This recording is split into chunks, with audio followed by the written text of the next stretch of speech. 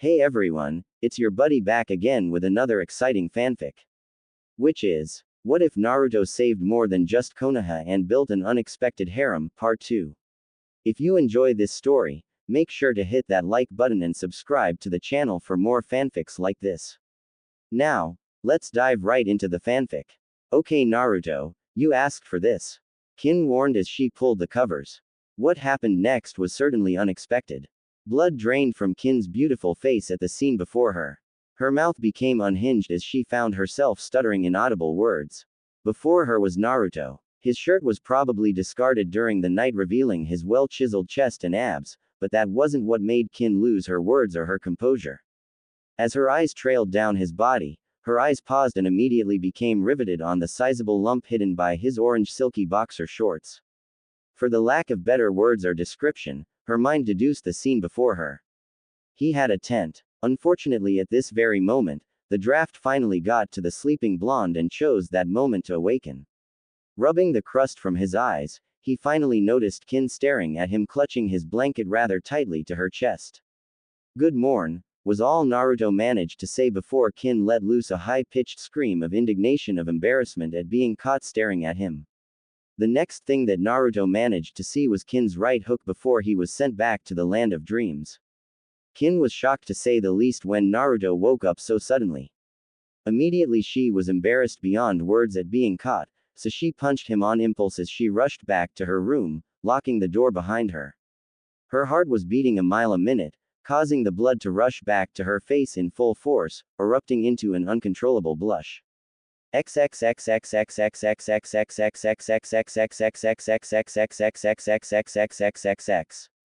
Battle for the Golden Fox. Hyuga sisters to the rescue. Start. Kin's shriek of indignation had awakened their guest. Tamari did not appreciate being awakened in such a way and immediately grumbled about the rudeness of her hosts before trying yet again to find sleep. But even with her head buried against the pillows, she couldn't block out the sun rays already peeking through the curtains or the morning birds chirping merrily outside. It was clear to Tamari that her efforts were in vain. Giving up on getting back to sleep, she decided to take a bath instead. She prepared her bathing needs and headed towards the shower, hoping that Kin or Naruto has not beaten her to the bathroom yet. Back at the lounge room, Naruto woke up the second time that day, though he doesn't know it yet. There was a slight stinging pain on his cheek, but he dismissed it as the result of sleeping on a rather uncomfortable couch. His mind was still a little hazy from remnants of sleep, and the punch that Kin had given him that he had yet to realize. For the first time in quite a while, his dreams were devoid of nightmares, giving him a rather relaxed and calm feeling compared to the other times where he woke up in cold sweat. He sat up and began to stretch his arms and legs, trying to get rid of the kinks in his muscles. He then proceeded to get the kinks off his neck as he rubbed his eyes. His mind was still groggy and he wondered why in the world he was sleeping on the couch. With nothing else to do, he decided to get ready for the day. He went to his room and began to prepare his bathing needs. Meanwhile, Kin had finally gotten her composure back and hoped that Naruto would forgive her at her rather violent outburst. She was still blushing remembering Naruto's slumbering form, but willed herself to relax and put the image at the back of her mind for now and fix Naruto and herself some breakfast. As she walked past the lounge room, she noticed that Naruto was no longer on the couch, which made her sigh in relief. Then alarm signals began to sound in her head. The nagging feeling had come back in full force. Tamari stepped out of the bath and grumbled at her forgetfulness. She had forgotten to take a change of clothing with her. So wrapped in a white towel, she headed back to Naruto's room to change. As she opened the door, she was frozen solid at the sight of Naruto in just his silky orange boxers standing in the middle of his room. Naruto heard the door open and smiled, thinking it was Kin coming in to wake him up. However, he was surprised to see Tamari standing there with just a towel covering her. Naruto blushed. "Good morning, Naruto," Tamari managed to say as she struggled to remain unaffected by the way Naruto blushed. She had always been proud of her beauty, and seeing how well Naruto appreciated it at the moment made her self-esteem soar. There was no need to act harshly since Naruto was trying not to stare at her and seemed embarrassed enough for the both of them rather than the leering, drooling idiots she was used to dealing with. "Gee, good morning, Tamari-chan." Naruto replied back as he closed his eyes. He didn't want to look perverted in front of her. Tamari couldn't help but grin at Naruto's reaction. She felt rather impish and decided to push the blonde male a little further. She began to choose her clothing for the day. Nay, Naruto. Tamari called him. What is it, Tamari-chan? Naruto wondered. He decided to leave the room, but Tamari calling him made him stop. Would you mind helping me to pick out my clothes? Tamari asked, but in her mind she was grinning. Before Naruto could answer, however, another feminine voice answered for him. I'm pretty sure you're very capable of choosing your own clothes, Tamari-san. Kin replied back rather angrily, before turning her attention to Naruto. Aren't you supposed to get ready yet? Naruto merely gulped and rushed out of the room at the death glare Kin had bestowed on him. That wasn't very nice of you, Kin-san. Tamari replied back. It wasn't nice of you for teasing him like that, Tamari-san. Kin replied back. Jealous? Tamari asked rather impishly. Breakfast is ready. Kin replied back rather than answering Tamari, before slamming the door closed. Tamari merely grinned. She'll definitely like staying with Naruto. Elsewhere. Has he called yet? Haruna asked her right-hand man Yorinojo. Not yet, princess, after all it's only 6 in the morning. Perhaps the young man is still sleeping. Yorinojo answered his young charge. He doubted Haruna had managed to find any decent sleep the night before. She was restless, wondering what to wear for the day in case Naruto calls them for the tour he had promised. Haruna, in the other hand, couldn't help but fidget. She didn't have much time to speak to the blonde because of the other princess from the country of snow. Today she was determined to have his attention solely on her. Relax, Haruna-hime. Naruto always keeps his word, remember? Yorinojo replied back. His words seemed to have soothed the irate princess. Would you like some breakfast first? Haruna simply nodded. So no one has called yet? Yuki asked the hotel concierge. She was also waiting a call from Naruto.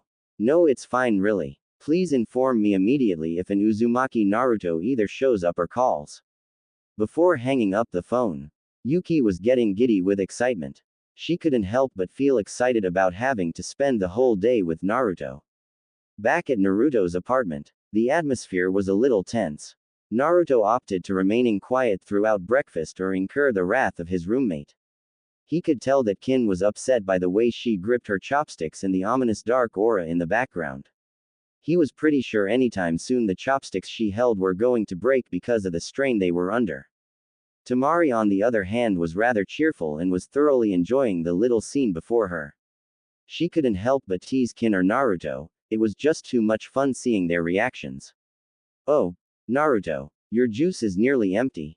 Would you like a refill? Tamari asked, noticing Naruto's glass of orange juice. Before Naruto could answer, however, Tamari had already taken his glass and refilled it for him. Thanks, Tamari-chan. Kin, not happy at the attention Tamari was displaying to her Naruto, decided to use the same trick. Oh, Naruto, you're almost out of rice. Before putting more rice to his plate. Backquote. Thanks Kin-chan. Naruto replied back. Would you like more onigiri, Naruto? More egg rolls, Naruto? Ladies. Naruto's sweat dropped. While he would admit to being a bit touched by the attention he was receiving, the amount of food they were giving him was starting to make a large pile on his plate. He was already full, but the two girls seemed to be determined to feed him.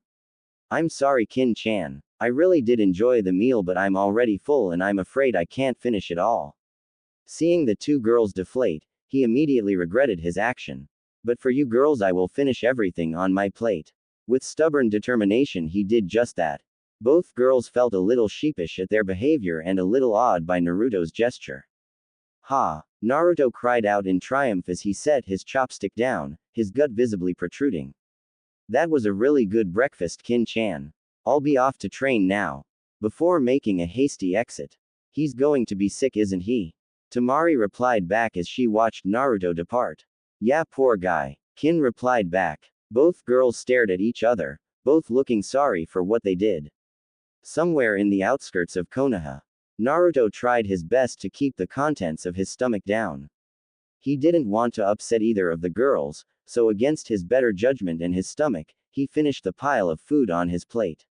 He could easily ask Kyuubi to heal his stomachache, but he didn't want to rely on the demon's powers too much. If he was going to be the greatest Hokage ever, he will have to rely on his own strength and power, not the Kyuubi's. Naruto-kun, Hinata hesitantly called out to him. Finally, after years of training and making herself stronger for him, she had been able to overcome her stuttering. She was still painfully shy around him though, but at least she lost the stuttering part. Good morning, Hinata-chan. Naruto greeted her but winced when his stomach began to churn unpleasantly.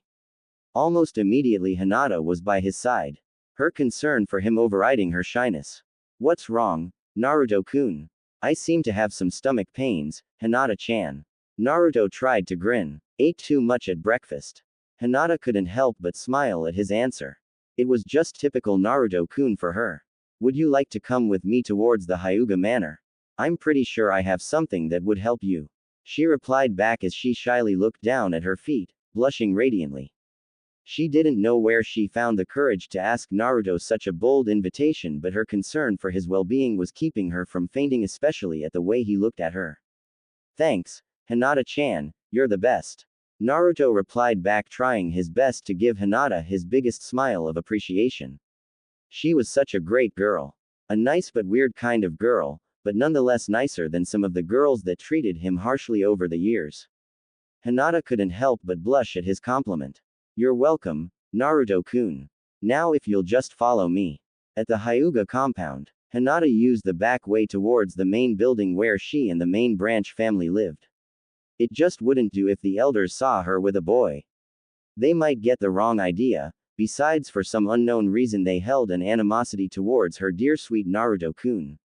She was thankful that the people at the estate were too busy to notice her or Naruto's presence. She also thanked the fact that Naruto no longer wears his bright and loud orange clothing, only black clothing with a minimal red or orange strip in it. She led Naruto towards the private kitchen area where she instructed Naruto to sit and wait while she prepared tea to soothe his aching stomach. Thanks, Hinata-chan. You didn't have to go through all this trouble for me. It's no trouble at all, Naruto-kun. Hinata blushed. Naruto began to make idle chit-chat as they waited for the water to heat up. I heard from Kin-chan that you're joining the Kunoichi tournament. That is right, Naruto-kun. Wow, that's great, Hinata-chan. I'll be cheering for you. Hinata once again blushed at the attention her Naruto-kun was giving her. I'll do my best, Naruto-kun. She had every intention of winning. The prize would enable her to bring Naruto to Wave Country where she can confess her feelings for him. Truly, after spending 2 romantic weeks away from Konoha with just the two of them would give her enough courage to confess to him. But thinking of the other competitors slightly dampened her resolve. What if they're stronger than her? What if she failed? How will she be able to confess to her dear Naruto-kun? And if Naruto was watching and cheering for her and she lost and let him down, what then? Naruto suddenly held both of her hands in his as he looked into her eyes. I know you will, Hinata-chan. I know you always do your best, he said when he saw her begin to lose her spirit, probably thinking about the other competitors and doubting her abilities once again. For the life of Naruto, he couldn't understand why Hinata always doubts herself. She was one of the most kick-ass kunoichis he knew, and yet she was always so adamant and hesitant about her abilities. It was probably due to the many times people always underestimate her, like Neji before. Naruto knew that she can accomplish great things if only she believed in herself more. Hinata nearly fainted but resisted the urge to do so. Naruto was noticing her. He was holding her hands, his intense blue eyes boring into her pale lavender hue ones. She was in the verge of swooning when they were interrupted. Hinata-ni-chan. Hanabi walked in the kitchen, was shocked to find the infamous Uzumaki Naruto holding her older sister's hand in an intimate manner. Given the fact that they were also alone in the kitchen unsupervised. Hanabi-chan. Hinata replied back. Naruto immediately let go of her hands, an act which brought disappointment to her. Hi there. Naruto greeted the girl. He has a nagging feeling he's seen her or met her before but couldn't really pinpoint where and when. Hanabi merely raised one delicately shaped eyebrow. She never knew her older sister had in her to bring a boy to the compound, and Uzumaki Naruto no less. She noticed her sibling's visible blush and put 2 and 2 together. finally solving the puzzle she had been trying to figure out for months. She knew her older sister's dedication wasn't for herself but for someone special. Her cousin Neji had informed her that Hinata's change was not only for herself but to prove herself worthy in the eyes of the object of her affection. When at one sparring match, her sister managed to defeat her not once but 5 times, revealing her own set of jutsus and one impenetrable defense called Shugohak Rokujuin Sho, protection of the 8 trigrams 64 palms, a combination of their clan's Hakusho Daikaden, 8 trigram palms heavenly spin, and the Hake Rokujuin Sho, 8 trigrams 64 palms. For months since Neji's revelation, Hanabi strived to figure out who had captured her naive older sister's heart, but her efforts were in vain. It was hard to decipher what type of guy had captured her sister's attention when she was such a shy creature. Hanabi should have known that her quiet-willed sister would be attracted to the untamed and chaotic force that was Uzumaki Naruto. Hanabi couldn't fault her sister's choice. She herself, along with her best friend Aika, has grown quite fond of the blonde. In fact, Aika was obsessed with the guy. The girl never seems to stop talking about the blonde god_like teen. Hearing his great feats from the elders and the other shinobi in the village had sparked interest in her behalf, not to mention that the blonde was absolutely gorgeous up close, which also helped her fascination grow. Hanabi smiled widely, which didn't happen very often. I didn't know you had a guest, Onichan. I hope I didn't interrupt anything. Hanabi replied in her sweetest voice. Would you like to introduce him? Hinata frowned. She didn't like how her normally outspoken younger sister to be overly sweet. Naruto-kun, I'd like you to meet my younger sister, Hyuga Hanabi. Pleased to meet you, Hanabi-chan. Naruto greeted. Was it just Hinata or did she just see her younger sister blush? What brings you here in our humble abode, Naruto-san? Hanabi asked, totally ignoring her older sister's presence and was trying to keep Naruto's attention to herself.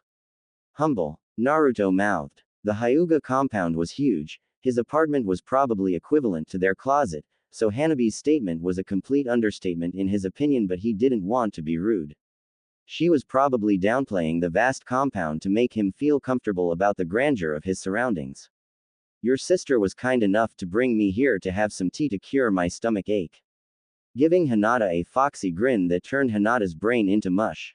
Really? Perhaps I can offer you my services as well. While tea may ease your stomach cramps, I can give you some medication from our infirmary. Hanabi offered. Really? You'd do that for me, Hanabi-chan?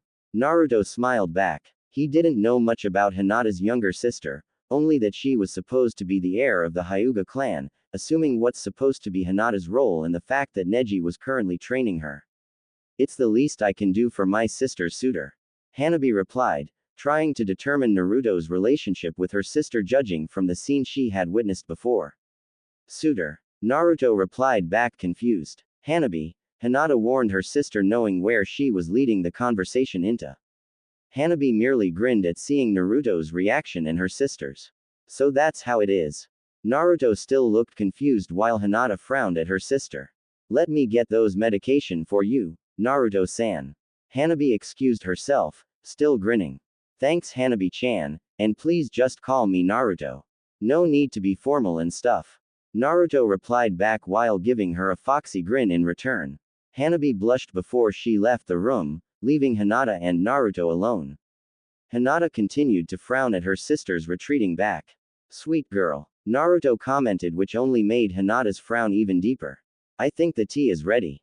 Hinata announced as she began to prepare the tea for Naruto, trying to wipe the frown off her features. Hinata, what's wrong? Naruto asked as he watched Hinata's mood began to dampen once again.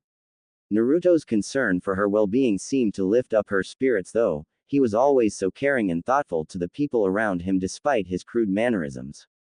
He was genuinely a good-hearted person, and that was always something that attracted her to him. She shook her head to shake off his concerns and gave him a small smile. I'm fine, Naruto-kun. You know I'm always here for you if you want to talk and stuff, right? Naruto reassured her, which only made her heart swell. I know, Naruto-kun. She replied back as she served him the tea. For a while they sat there in amicable silence, mostly talking about non-important stuff until Hanabi returned with the medication she promised. The way Hanabi doted on Naruto annoyed Hinata. He was her guest therefore, she was supposed to be the one who doted on him. Naruto however was unaware of the growing tension between sisters or how they had subtly began to vie for his attentions. "Nay Hinata-chan, have you seen Ika-chan around?" asked Naruto. "She didn't come to spar with me lately," he added as an afterthought. Ika has been training with Naruto more often in the recent months and he found her somewhat challenging, because of her natural speed and good taijutsu skills. The Hyuga sisters frowned at that question, they were visibly not happy that Naruto was talking about some other girl but them. "She's went to the Iron Country for a mission with her team. She should be coming soon," replied Hanabi quickly, not wanting to stretch that conversation too far, obviously wanting to have the blonde's attention to herself. "Oh." Naruto complied, taking the answer. And so they resumed their idle chit-chat while Naruto was slowly healing. Soon Naruto's stomach ache disappeared and realized he was now imposing his presence upon the Hyuga sisters. They probably need to be somewhere else but was probably stuck with him because he was their guest. "I'm probably taking too much of your time, ladies. I guess I better go. I'm sorry for keeping you here and suffer in my company." Naruto replied back. "Of course not, Naruto-kun, I invited you over after all." Hinata replied back with a slight panic in her voice. Was he already tired of talking to her or was it her sister? If it were up to her, Naruto would never leave her side. "Don't worry about it, Naruto-san. I assure you that my presence is not missed." Hanabi reassured the blonde. "Nonetheless, I think I've overstayed my welcome. Thank you, Hinata-chan, Hanabi-chan, for your hospitality. I owe you two a favor or two, maybe I can even repay your kindness someday." Naruto replied back with one of his foxy grins that melted both of the sisters' hearts as he gave them a thumbs up. "I'll see you out then," Hinata said dejectedly. "I'll accompany you too," Hanabi replied back. The three then snuck Naruto out of the Hyuga compound. As the two girls waved goodbye to the blonde dynamite, they couldn't help but speak with each other without taking their eyes off from Naruto's retreating back.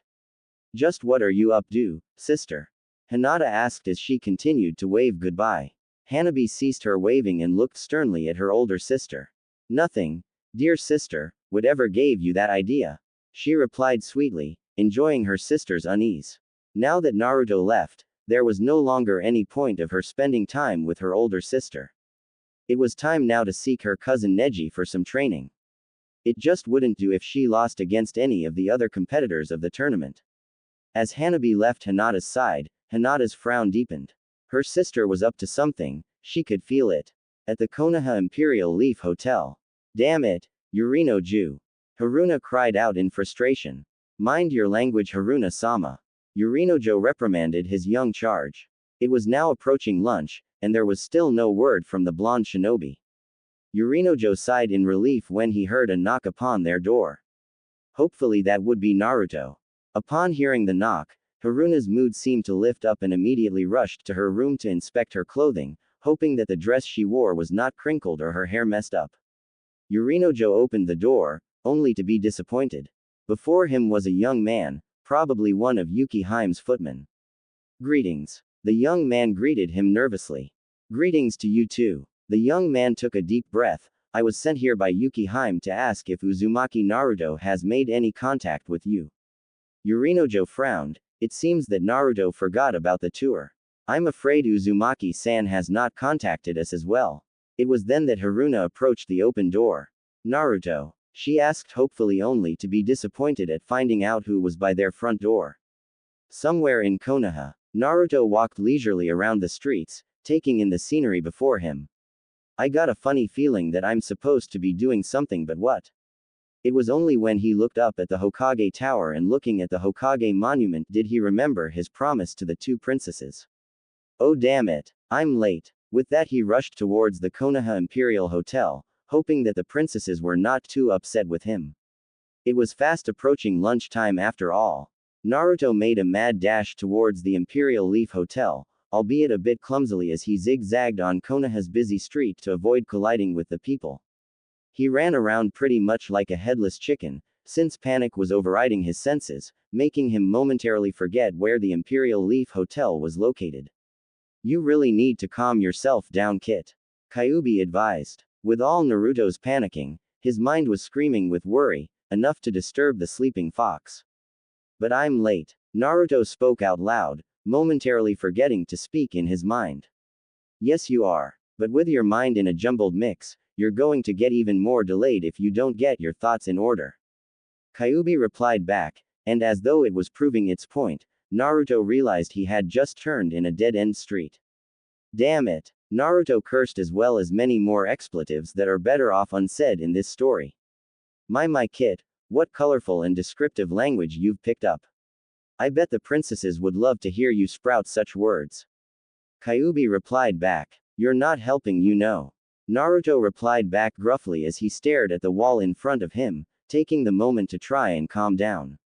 Taking deep breaths, he closed his eyes and tried to clear his mind from the panic attack he was feeling. When he was sure that his breathing was now even and at an acceptable level, he turned around and walked out of the dead-end street. He shirked the idea of using his prized jutsu because it used a lot of his chakra and it left him exhausted afterwards. He denied to rely on Kyuubi's chakra for little things like this. Now where exactly did I end up? Naruto wondered to himself, until he caught glimpse of the Yamanaka's flower shop. Well, since I'm already late, I might as well grab something to make up for it. I'm sure they wouldn't mind if I got something for them. Naruto reasoned to himself. Kyuubi couldn't help but feel proud of the boy's reasoning.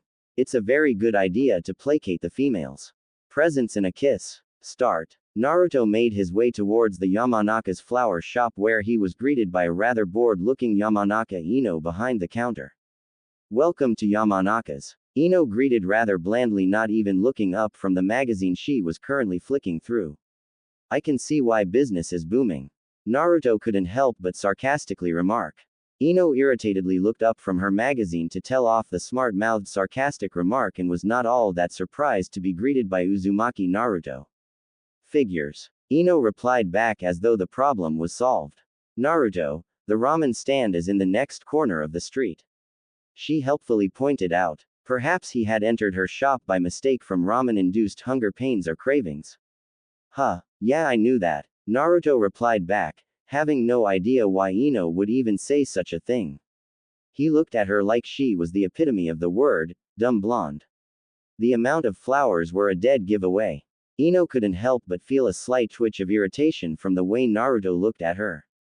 He was looking at her like she was stupid as he stood there in front of her with arms crossed against his broad and muscular chest. So why are you here? She asked the blonde, wondering why on earth Naruto would be there of all places. Naruto once again gave her that look, the look that says she's not as smart as she looked kind of look. I'm here to get some flowers, duh. Ino shook in repressed rage. How dare this blonde look down on her and make her look stupid? She slammed both hands on the counter and glared at him. So why aren't you looking around then, instead of you irritating me? Well, Naruto's sweat dropped and he scratched the side of his nose feeling a bit sheepish. I don't know much about flowers and stuff, so I was hoping you'd help me. After insulting me, Ino couldn't help but incredulously reply back.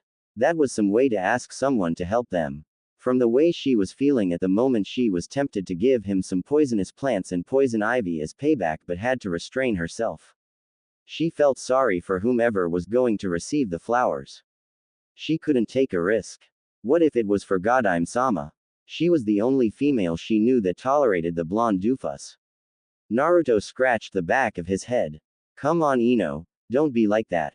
I'm in real deep water here. If you'd like, I'll take this as a favor and I'll treat you to something. Please. I'm desperate here. So he screwed up again. Ino thought, but more importantly she was intrigued. If Naruto was buying flowers, that means he messed up with some girl. She immediately thought of Tsuchi-kin, but Naruto, as far as she knew, never bought flowers for anyone. Rather just treating them to ramen as a peace offering. How could anyone consider ramen as a peace offering anyway? Even as a treat. Ino looked at Naruto once again. He did look desperate and he had that abandoned puppy look that was starting to melt her hardened resolve to leave him with his own devices. Besides, it wouldn't hurt if Naruto owed her a favor or two. Fine. Ino reluctantly replied back as she left the counter to join him. What did you have in mind? Naruto frowned and concentrated real hard. How about you show me what you have first? Ino clucked her tongue in distaste. It seemed that she will be preoccupied for a while. Well, it beats doing nothing after all. Yeah, okay. Follow me then. She led him around the shop showing him various flowers. After about 20 minutes of scrutinizing everything in the shop and looking like he was being tortured for interrogation, Ino asked Naruto what he would like. Naruto's frown was evident and the lost look in his eyes prominent. Ino sighed. Why don't you just buy roses like the other guys? They're very popular. Ino advised him, which made Naruto grimaced. What would you pick? He asked as he turned towards Ino. He didn't want roses. Roses sounded too plain and almost had a hollow meaning to them due to their popularity. Ino was a little taken aback by his question. She was used to customers asking her preferences, since she has more experience in flower arranging, but it was still weird to hear Naruto ask the question. I would have picked baby's breath along with the Chinese chrysanthemum, iris and narcissus combination. Naruto nodded. I see. Then I'll go with those then. Naruto replied back. He trusted Ino's preference. Ino on the other hand was a little taken back.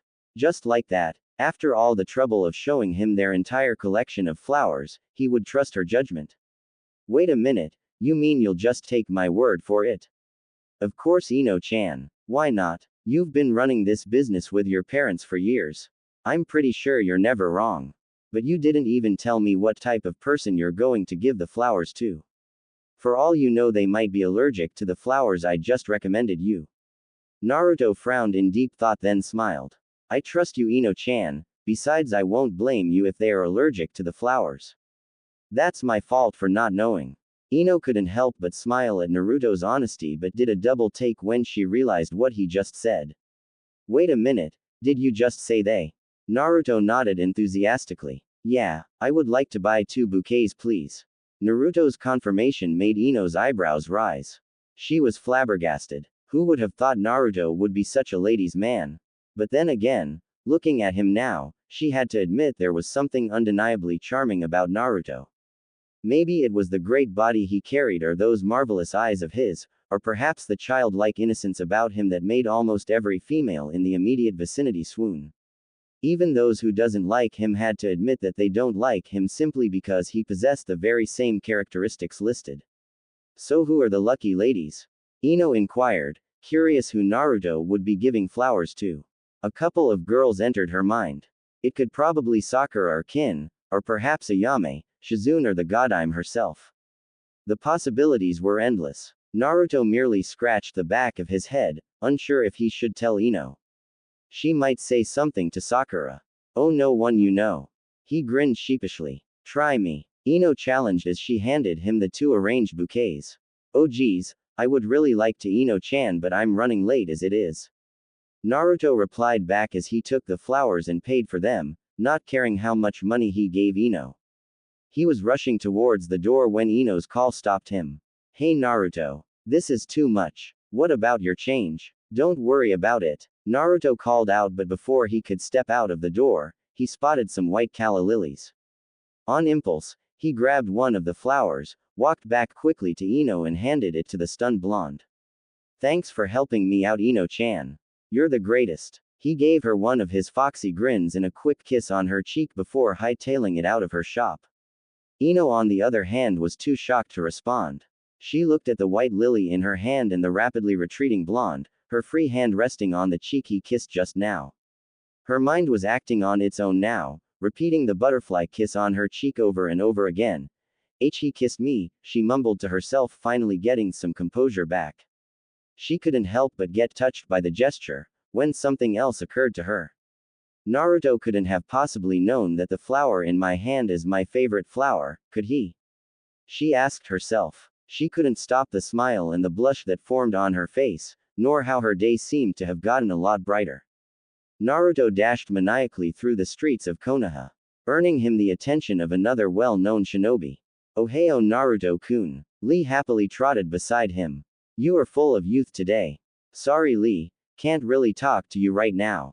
I'm late. Naruto replied back to his companion. I see, well may the power of youth guide you. Lee replied back with a slight disappointment in his tone. He was looking forward to some training and Naruto was always a great person to train with. See you later man. Naruto replied back as he left Lee.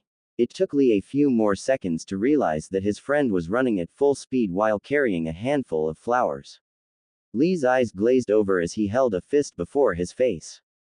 Naruto-kun is expressing his youthful love. The springtime love has definitely touched his friend. Good luck, Naruto-kun, he yelled after him. Finally, after what seemed like hours of running around aimlessly, Naruto finally managed to reach the Imperial Leaf Hotel. It was already a couple of minutes after 2 o'clock in the afternoon, but he hoped that the flowers he bought would soothe both princesses. He walked towards the concierge desk and asked if he could inform both Yuki and Haruna that he was in the hotel lobby waiting for them. The concierge merely lifted one snobbish eyebrow and looked at him from head to toe, as if he didn't deserve to set foot on their prestigious hotel but did as he was told. After all, both princesses has been ringing him up every 10 minutes to see if he was there. The moment the concierge informed both princesses, the hotel shook mildly as though there was a stampede taking place. Not even 2 minutes to spare, both princesses, Haruna and Yuki, appeared before him, followed closely by Yuki's 2 out-of-breath personal bodyguards and Yorinojo. Naruto-kun. Both princesses cried out in unison, surprising everyone in the lobby. Naruto merely sweat dropped as he gave the 2 dignitaries his best foxy grin, scratching the back of his head sheepishly. "I'm sorry I'm late," he apologized. He then remembered his consolatory offerings and presented them to the 2 princesses. Haruna, Yuki and everyone who was in the immediate area who could see them stared dumbstruck at the beautifully wrapped stems in Naruto's hands. Damn it! Naruto swore under his breath. All the running around he did wilted the flowers' petals, leaving their stems, a few petals and leaves in the supposed to be bouquet. Quote, question mark, quote. Yorinojo wanted nothing more but to laugh out loud at Naruto's poor attempt, but was amazed when his young charge accepted his poor offering. "There, lovely Naruto," Haruna said as she accepted the bouquet, prompting Yuki to accept hers as well. "It's a very thoughtful offer." Yuki agreed and handed the bouquet to one of her bodyguards. The immediate males in the vicinity didn't know how the blonde could pull off such a response from the 2 princesses. They were sure that the princesses would be offended at such poor quality gifts.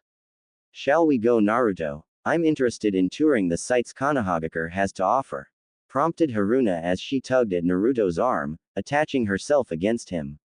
"Me too," Yuki chimed in as she grabbed hold of his other arm. Before they could start walking outside, Haruna called Yorinojo over, who handed a beautifully wrapped box to the young princes. "Naruto-kun, this is for you. I bought this present just for you." She handed the gift to a bit confused-looking blonde. "I hope you like it, Naruto-kun," she added hopefully. Quote. The boy was out of words. He was radiating happiness because of the young prince's kind gesture. He mustered his best smile, which was different and more handsome than his usual ones. This special smile showed pure happiness which melted the 2 beautiful princesses into a mush. Haruna was in heaven. She could feel her heart skipping a beat. His smile was melting her inside out. Even Yorinojo was surprised to see Haruna's face after seeing her self-proclaimed prince smiling at her. Haruna was really happy. Yorinojo knew this was not the Haruna smiling when seeing her lands prosper, nor when given her favorites fruits for dessert. Nope, this was a young princess whose smiling in joy seeing her dram prince happy, and he thought she looked like an angel looking so happy like that. Meanwhile, Yuki was seething inside. The bitch beat me to it, she thought. While she was feeling really warm inside seeing her Naruto-kun smile like that, she couldn't help the frown creeping onto her pink lips. Her chief guard, seeing the princess's reaction, rushed to her side, also handing her 2 beautifully wrapped boxes. "Naruto-kun," Yuki purred the last part, making some of the hotel staff faint in nosebleed just from the strength of seductiveness it carried. Naruto turned around smiling sheepishly while scratching the back of his head, totally oblivious to her suggestive tone. This made a blushing Yorinojo facepalm and sweat drop at the same time. "Yes, Koyuki Haim," he said, still maintaining his grin. "Here, Naruto-kun, I made this just for you, and the other ones as a compliment from the snow, spring country. This is their way of showing you gratitude for you being the hero you are," Yuki replied while she stretched the word made a bit to ensure she outclassed the other princes. "Read it as bitch. She wasn't the one to lose her prince to some grass country slew. Oh arigato, Yuki. Haruna, I don't have words to say how happy I am, he said honestly, giving the princesses another heart-pounding smile. Well, what are you waiting for? Open them, Yuki proposed, wanting to see his reaction to her presence as soon as possible. Seeing that there were quite a big crowd gathering around the scene to see what the princesses gave him, Naruto wasted no time taking Haruna's present first to open, thinking it'd be fair because she was the first to give it to him. The box had gold trimming and a neat silver wrapping cloth around it, giving a classy look to it. He discarded the wrappings and opened the lid. Inside the box lay a pair of black retro-style sunglasses, carefully placed on a white silk cloth. Haruna Kachikli took the glasses out and ushered him to wear them, which Naruto happily obliged. He looked so handsome, to say the least, or so can be concluded seeing the blushing faces of the two princesses as well as few of the female staff members who gathered at the scene. Taking the glasses off, chuckling slightly from a thought which entered his head regarding a certain bug user, Naruto gave Haruna a hug and mouthed a quick arigato. This made the girl turn a deeper shade of crimson, which didn't go unnoticed by Yuki. Quickly taking the other two presents, he gave a second to admire the beautiful wrappings. The longer box had crimson wrapping with a beautiful dragon patterns running around the surface. The smaller one was bright yellow, which clearly was sealing scroll of sorts with bright orange and red laces dangling from both its ends. Giving a quick smile to Yuki, much to the girl's delight, he opened the bigger present. Inside it was a katana.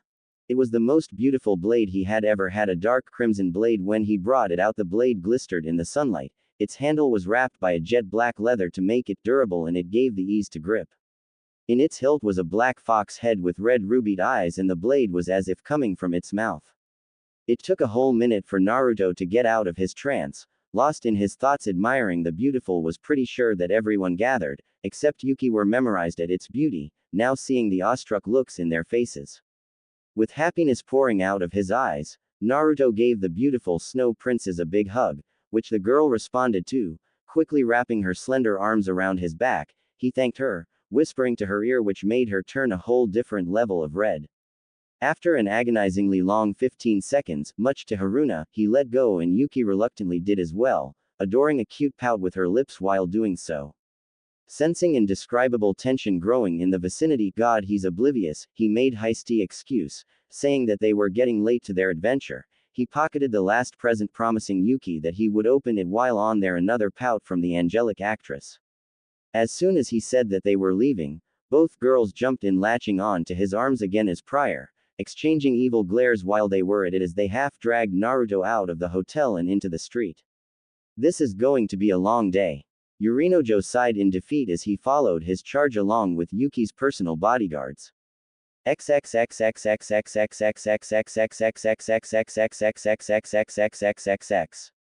Sasama of the Fuma clan walked aimlessly around the street of Konoha. She had reached the village the day before and was curious as to what had happened to the blonde since they have last seen each other. Sasama couldn't help but blush remembering her first encounter with one Uzumaki Naruto. Sure, it could have been under better circumstances, but their meeting was one of the most memorable memories of her life. He was also the first guy to ever openly grope her. Sure, he didn't know she was a female at the time, but having his arms around her protectively made her shiver in response.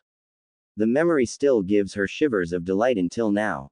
She was walking around Konoha not only to get to know her environment but to also leave herself in an open chance to maybe bump into the blonde once again.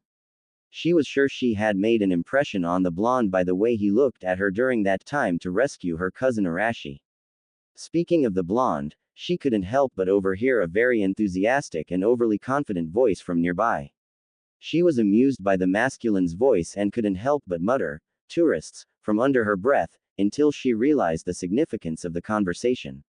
And that's the Hokage Mountain, where Konohagakure's previous Hokage's faces are engraved to remind the citizens of Konoha of their greatness.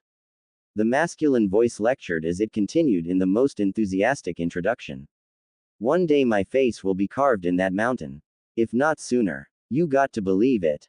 That last statement got Sasama's attention. She whirled around eager to find the speaker's voice. Her eyes grew in recognition as she saw spiky, unruly and wild blonde hair.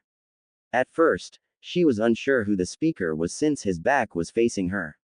Add another fact that the speaker wasn't wearing any noticeable color like orange. But her curiosity coupled by her rapidly beating heart couldn't resist but to approach the blonde male's back and try and gain his attention. She only wanted to confirm her suspicion and was unprepared for being right. Naruto turned around when he felt someone tap his shoulder. He was slightly annoyed, since the person has interrupted his tour for the princesses and his speech. He suddenly realized that the person may have overheard his announcement and he would now be arguing with the person about the ridiculousness of his speech and how a demon like him would never amount to anything. So he prepared himself for the oncoming berating he sure would follow and was surprised to be greeted by a familiar-looking person and a female no less. Naruto's eyes grew wide. When he saw a cute orange-haired female greeted him and was left speechless. She looked shocked as well by the way she looked at him. Naruto. Uzumaki Naruto. He could hear the disbelief in her voice, as though she couldn't believe it was him standing before her. He gave her one of his foxy grins as he scratched the back of his head that caused many females to become endeared to him. Yeah, that's me. The two princesses narrowed their eyes against the newcomer who dared to interrupt their quality time with Naruto. Yuki had managed to talk to her bodyguards to return to the Imperial Leaf Hotel, assuring them that they can have a day off as she was with Naruto, the most powerful shinobi of Konoha, and no harm will befall on her as long as she was in his company. Haruna on the other hand only needed to exchange a few words with Yorinojo to leave her alone so that she can spend some time alone with Naruto, which Yorinojo obliged.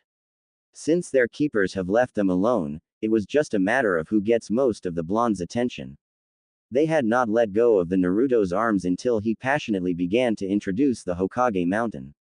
They should have known that the moment they let go of him, some trollop would try and gain their Naruto's attention, and they were right. The orange-haired female gave Naruto a bright and brilliant smile and looked like she would have glomped him if they weren't out in public. That is until Naruto opened his mouth once again. I'm sorry, but do I know you? Naruto asked in puzzlement. Sasama's spirits seemed to have decreased as she heard him ask the question. He doesn't remember her. It's me, Naruto, Sasama from the Fuma clan. She answered, slightly bittered that he could forget someone like her when he had remained in her thoughts for a long time since their encounter. Naruto's eyes grew in recognition as he looked at the girl before him in a completely different light. No wonder he couldn't recognize her. Sasama has gotten taller and certainly filled in certain places. She no longer had her orange fringe or that sideburn thing. Her long orange hair was smoothed back and was held by a silver rose pin. She was clothed in feminine clothing designed so that it shows off her curves, unlike the boyish clothes that had him fooled during their encounter, making sure no one would ever make that mistake again. All of a sudden, Naruto reddened as he remembered unconsciously groping her too back then. It's great to see you, Sasama-chan. Naruto energetically greeted her as he engulfed her into a friendly hug which made Sasama blush and crimson. The fierceness of Naruto's hug also made Sasama's chest crush against his. Naruto was slightly startled when he felt dark and angry auras from behind him, emanating from the temporarily ignored princesses. Mind introducing us to your friend, Naruto? Yuki asked sweetly while glaring daggers at the orange-haired wench. Yes, Naruto-kun, please introduce us to your friend. Haruna smiled disturbingly and a slight menace in her voice. The other girl's dark aura and the glares Sasama received made her cower slightly and hid behind Naruto's comforting presence. Naruto wasn't sure why the princesses were angry and came to the conclusion that perhaps it's because they have not eaten yet. He cursed himself for being clueless to the princesses' needs and decided to try and placate them for now. Haruna-hime, Yuki-hime, I'd like you to meet a friend of mine. He smiled at them disarmingly as he stepped aside so they can better see the other girl. This is Sasama-chan from the Fuma clan from the country of rice fields. Sasama-chan, I'd like you to meet Haruna-hime from Green Country and Yuki-hime from Snow Country. Sasama swallowed the lump in her throat as she bowed to the princesses respectfully. How do you do? Hearing the word, friend, seemed to have placated the two princesses but eyed Sasama warily. There were too many females after their Naruto. Present company included. Naruto decided to break the heavy tension that seemed to have lingered in the air. All the walking we did probably made you princesses hungry. Why don't we take a break and have a late lunch? Then turned his attention towards Sasama. Why don't you join us too, Sasama-chan? The more the better. The two princesses were about to protest when their stomachs began to growl. They were so intent on keeping Naruto's attention that they have ignored how hungry they were from all the sightseeing they were doing. Sasama hesitated to accept Naruto's offer. On the other, it will give her a chance to spend some time with him and perhaps find out where he lives. In the end, she accepted the offer as if she's just going to let the opportunity to pass to spend time with him. That's great. I know just the place. Ayame felt her jaw ache as she smiled at the customers. Her smile didn't reach her eyes. Naruto was late. Not that the blonde knows he's late. But ever since her father had initiated the whole promotion, she had grown used to Naruto's presence. She felt jilted that she had not seen him since the lunch rush. When her father asked what was wrong, she waved off his concern, telling him that she was not happy washing the pile of dishes that was on the sink. Washing dishes now doesn't seem as fun anymore, not when Naruto wasn't around to make it more fun and lively or even help her. Another sigh escaped her lips, catching the attention of the kunoichi currently dining in front of her. What seems to be the matter? You've been sighing since I got here. Tenten asked curiously. Normally she wouldn't pry into other people's business, but the waitress' constant sighing is slightly putting her off her meal. Nothing really. Ayame brushed off the kunoichi's question. The kunoichi before her is one of Hyuga Hinata's friends. Ayame had become great friends with Hinata since she also frequented their business, unknown to her that the reason for her frequenting the place was getting to know Naruto's love of ramen or hoping to subtly bump into him and eat with the blonde herself. Sorry to pry into your business, but you have that far away look in your eyes as though you miss something important to you. Tenten explained. She was known as a weapon specialist not only for her skills but because of her keen eye, and right now she couldn't help but study Ayame's melancholy mood. Am I really that easy to read? Ayame blushed at Tenten's sharp assessment. She must look like a love-struck teenager, which wasn't really that far from the truth. Tenten merely nodded her head in affirmation, then gave her a sympathetic smile. Don't worry about it. Tenten returned her attention to her meal when a boisterous voice interrupted the whole diner, surprising her slightly. Ohio, old man. Ayame-chan. Naruto greeted as he entered the diner in his most energetic self. Behind him were three gorgeous women, all exchanging evil looks against each other. Naruto-kun. Ayame couldn't help but her heart soar as she saw Naruto. A reaction not missed by Tenten. 3 extra large beef ramen please, and whatever the girls want. Naruto ordered as he sat down beside Tenten, much to his other companions' chagrins. As soon as the girls saw where Naruto sat, it became a vicious battle of who would be sitting next to the empty stool beside Naruto, since Tenten already occupied his right side. They were too preoccupied in fighting who would sit next to Naruto that they never noticed another person's arrival. Unfortunately or fortunately, however you wished to look at it, their dilemma was solved when a green-clad male occupied the empty seat next to Naruto, leaving the 3 girls flabbergasted. Ohio, Naruto-kun. Lee enthusiastically greeted Naruto. How did your youthful quest go? Huh, was Naruto's response, not really sure what Lee was talking about, nor did he care. All he wanted was the sweet scent of his ramen being prepared by a now more cheerful Ayame. Tenten watched the whole scene in wry amusement. The moment the blonde dynamite entered the diner became immersed with such vitality.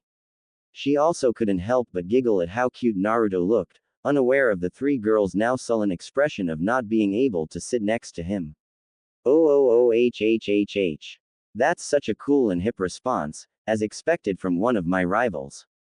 Lee exclaimed. Whatever fuzzy eyebrows, Naruto replied back as he turned his attention to the girl beside him. What's up, Tenten? He'd rather have a normal conversation with Tenten than his green-clad friend for now, and what the hell was taking his ramen so damn long? Tenten giggled. Nothing much, Naruto, just grabbing something to eat after training so hard this morning. At the word training, Naruto's ears perked up in interest. You're in the kunoichi tournament too, right? Tenten nodded. As soon as Naruto's 3 companions overheard Naruto talking to the other kunoichi and expressed his interest, they began to listen to their conversation. It wouldn't hurt to be aware of another potential rival. Naruto whistled in amazement. Wow, virtually every girl I know is involved in the tournament. Then Naruto remembered his manners. Oh, that reminds me. He quickly turned around and began to introduce his other companions. Tenten, Lee, I'd like you to meet a few friends of mine. Naruto introduced brightly as he gestured at the three women that accompanied him. At the words, friends, Tenten and Lee could have sworn the temperature in the diner dropped considerably. I'd like you to meet Princess Yuki from Snow Country, Princess Haruna from Green Country and Sasama of the Fuma clan from Rice Country. Sasama is also in the tournament. Ladies, I'd like you to meet Tenten and Rock Lee. Naruto smiled brightly. Lee gave the girls his best ever twinkling and shiny smile that always seemed to be too bright and too white, while Tenten gave the girls an awkward smile since they were all looking at her as if sizing her up for a fight. Which was weird since she had only met them. It's nice to meet you all. Tenten greeted Naruto's companions, trying to diffuse the very tense atmosphere she felt. If Naruto was more perceptive, he would have noticed that his companions' eyes narrowed at Tenten and at each other, but sadly Naruto was still as clueless as ever, and so he missed the silent exchanges of jealousy and animosity between the girls. I know. Why don't we all sit at the booths? That way we can all get to know each other. Lee enthusiastically suggested, which Naruto happily agreed to. Great idea, fuzzy eyebrows. Naruto grinned as he gave Lee a thumbs up, which Lee enthusiastically replied with his own thumbs up plus gleaming row of shiny white teeth. Tenten couldn't help but sweat drop as she silently cursed the males with their cluelessness. The girls in front of her had no desire to get to know one another other than rip each other to shreds by the looks they gave each other. The moment they sat at one of the much bigger booths to accommodate them, Ayame and one of her father's assistants headed over them to serve them. Ayame accompanied Nishi to Naruto's table while Nishi carried the tray of Naruto's ramen order. Nishi didn't understand why Ayame was going through the trouble of accompanying him when she was supposed to be greeting customers, but decided to let it pass. He was more curious to see what Ayame was up to anyway. Here's your order, Naruto-kun, Ayame enthusiastically informed Naruto as Nishi placed his ramen order before the blonde male, being extra careful not spill anything on him since he had a feeling that Ayame wouldn't be very happy with him if he did so. Thanks, Ayame-chan. Naruto enthusiastically thanked Ayame, giving her one of his huge grins in the process, which made the females he was with stare in starstruck awe. Witnessing the effect of his smile to the opposite S**X, Lee's eyes began to brim in admiration and fire as once again he was inspired by Naruto's radiant youth. The burning passion of youth is strong within you, Naruto-kun. Lee announced enthusiastically. I also must strive to brighten and burn with passion as well. Lee then stood up with his fist pumping in the air, full of determination. What that? Naruto asked in between mouthfuls of ramen. Oh. What a cool response. As expected from the student of Guy Sensei's rival. Lee seemed unaware that his enthusiasm and strange gestures were beginning to draw questioning stares from some of the other people in the diner. I will strive to be on the same level as you, Naruto-kun. And with that last parting speech, Lee ran out of the diner, determined to train and beat Naruto's power of youth. Naruto, though, was too engrossed in his food to pay much attention to the green-clad shinobi and merely gave a thumbs up as a response to his rants. With the exception of Tenten, already immune to Lee's and Guy's outbursts, and Naruto, who really paid more attention to his food above all else, everyone watched the departing green-clad shinobi with questioning stares. So, Naruto, how is your ramen? Ayame asked the blonde male, earning glares from his other companions while Tenten just watched in amusement. It's great as always, Ayame-chan. Naruto smiled brightly at the young woman.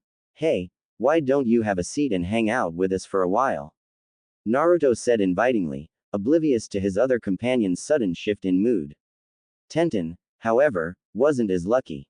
She could feel her skin begin to prickle as the room temperature began to drop due to the frigid auras the girls across from her were exuding. Ayame, whose whole attention was solely on Naruto, was just as oblivious to her surroundings as the object of her affections and sat on Naruto's right side in the spot Lee previously occupied, making it so Naruto was sitting in between her and Tenten. Don't mind if I do, Naruto-kun. Ayame gladly replied back. Excuse us, but aren't you supposed to be working? Haruna questioned, trying to keep the annoyance from her voice. Yes, we don't want you to get in trouble or anything, Yuki seconded, finding herself agreeing with the other dignitary for once. Nishi, who was still standing by and waiting for the rest of the table's orders, decided to answer for his employer. There's nothing to worry about. Ayame-san is the co-owner of this stand and daughter of Ichiraku Tsuki. She can't get in trouble. Besides, she deserves a break from greeting the customers for a while. This response earned Nishi a beaming smile from Ayame and cold angry glares from the other three females, namely Haruna, Yuki and Sasama. Nishi tried to suppress the shiver running down his spine and silently retreated from the table, making an excuse of coming back when they were ready to order. Tenten, who was by now getting really uncomfortable with the whole situation, decided that maybe starting a conversation could lighten up the mood. Too bad that the other girls at the table seemed to be more interested in either ogling the male seated near her or glaring at each other to make any decent conversation. Tenten sighed in dismay, catching Naruto's attention. What's wrong, Ten-chan? Are you feeling sick or something? Naruto asked in a concerned tone. Then without warning he placed his hand upon Tenten's forehead to check her temperature. Tenten could feel her cheeks begin to flush at Naruto's sudden gesture. I'm fine, Naruto. Tenten replied back in a slightly husky voice, probably due to Naruto's proximity. Tenten wasn't really used to such intimate contact since her teammates were not very touchy-feely people. Sure, Neji would ask about her health and so would Lee, but they would never actually have the guts to check her temperature in such a way. To have someone to show their concern for her as boldly like this wasn't something Tenten was used to, but she was touched by it nonetheless. She was so surprised that she completely overlooked the women around them, all of whom had cheeks flushed with jealously wishing that Naruto would also dote them with the same kind of concern. Naruto's simple gesture caused her to see him in a new light. For someone so brash and outspoken, he could really be so sweet and endearing. Now she understood why almost all the girls she knew fell for him. Ten-chan, you're burning up. Do you want me to walk you to Ba-chan or look for Shizune-ni-chan to check up on you? Naruto asked concernedly. We can even try and look for Sakura-chan. I'm sure she'll know what's wrong. No, really, Naruto, I'm fine. Tenten continued to proclaim as she struggled to suppress the raging blush on her face, which she knew was only making things worse. However, every time she tried she could feel herself being hypnotized by his blue eyes and his handsome features, which was way too close. Close enough that she could feel the warmth of his breath as it tickled her skin, making her temperature rise up even more. She tried to distract herself from the sensations she felt and tried to focus on his eyes instead, but every time she gazed into those cerulean depths she felt like the whole world zoned out, leaving the two of them alone in a motionless world. Ahem. The other four girls at the table, namely Yuki, Haruna, Sasama and Ayame, coughed all at once, trying to get Naruto's attention away from the dark-haired Kunoichi. Are you all sick too? Naruto asked in wonderment as he turned his attention to the rest of the girls who were all currently flustered with jealousy. They all sweat dropped. He briefly wondered if there was a virus going around. Then after much thought, he came to the conclusion that perhaps all of them just needed the goodness of ramen in their system. In as boisterous a voice as he could muster, he called Nishi over and declared a round of chicken ramen for the whole table. If he was right, which he knew he was, chicken ramen was always good for anything that ails the body. Beef too actually, and seafood ramen, and as a later alternative, vegetable ramen. As soon as the food orders arrived, everyone immediately began to eat in silence. There was no reason for conversation, since everyone was more interested in the blonde than each other, so Naruto found himself the main speaker for the table. Naruto was in a state of bliss and was completely oblivious to the envious stares he was getting from both male and female diners at the restaurant. Suddenly a slight puff was heard from the entrance of the diner. Everyone looked up to see an Anbu black op, wearing a tiger mask, stepping out of the smoke, and now approaching them. The Anbu operative was a girl, this they could clearly conclude, from her jet black hair neatly tied to a ponytail, and also the obvious reason she left two buttons of her Anbu vest and also the black long-sleeved shirt she wore, open, showing off her creamy white complexion and a slight peek at her noticeable sized bust. A beautiful green crystal was dangling from a silver thread on her long slender neck. She was tall, nearly as tall as Naruto, well maybe a good 2 inches short, but to the girls, she was tall. She carried her body with authority and power which everyone at the vicinity felt from the aura she gave away. She wore the Alliance Hittite on her waist, something that enhanced in showing off her curves, which Yuki noted. The red and white emblem in the back of her Anbu vest didn't go unnoticed, mostly by 1010, which she raised an eyebrow seeing. Naruto-sama. The Anbu kneeled in front of Naruto, who blushed and waved his arms in the air like a madman as to protest. Naruto-sama. Thoughts ran through the already present girls' minds, as they narrowed their eyes at the newcomer. Yar, Chiesa-chan, how many times do I have to tell you? It's Naruto, drop the formalities please, for God's sake, grinned Naruto, obviously not happy from the girl's too formal gesture. And stand up, will you? It's embarrassing, you know, he added quickly, wanting the girl acting normal as soon as possible. Hi Naruto-sa. Naruto-kun, the girl said, her pale cheeks turning slight red under the mask. The other occupants other than Naruto was frowning at that, girl's intuition kicking in.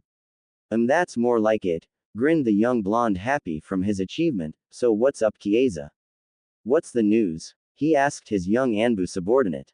The Toad Sage Jiraiya wishes to speak to you, Naruto-kun. He's in top of the Hokage mountain waiting for your arrival, she replied, realizing the dark aurora emitting from Naruto's female companions and wanting look as professional as possible.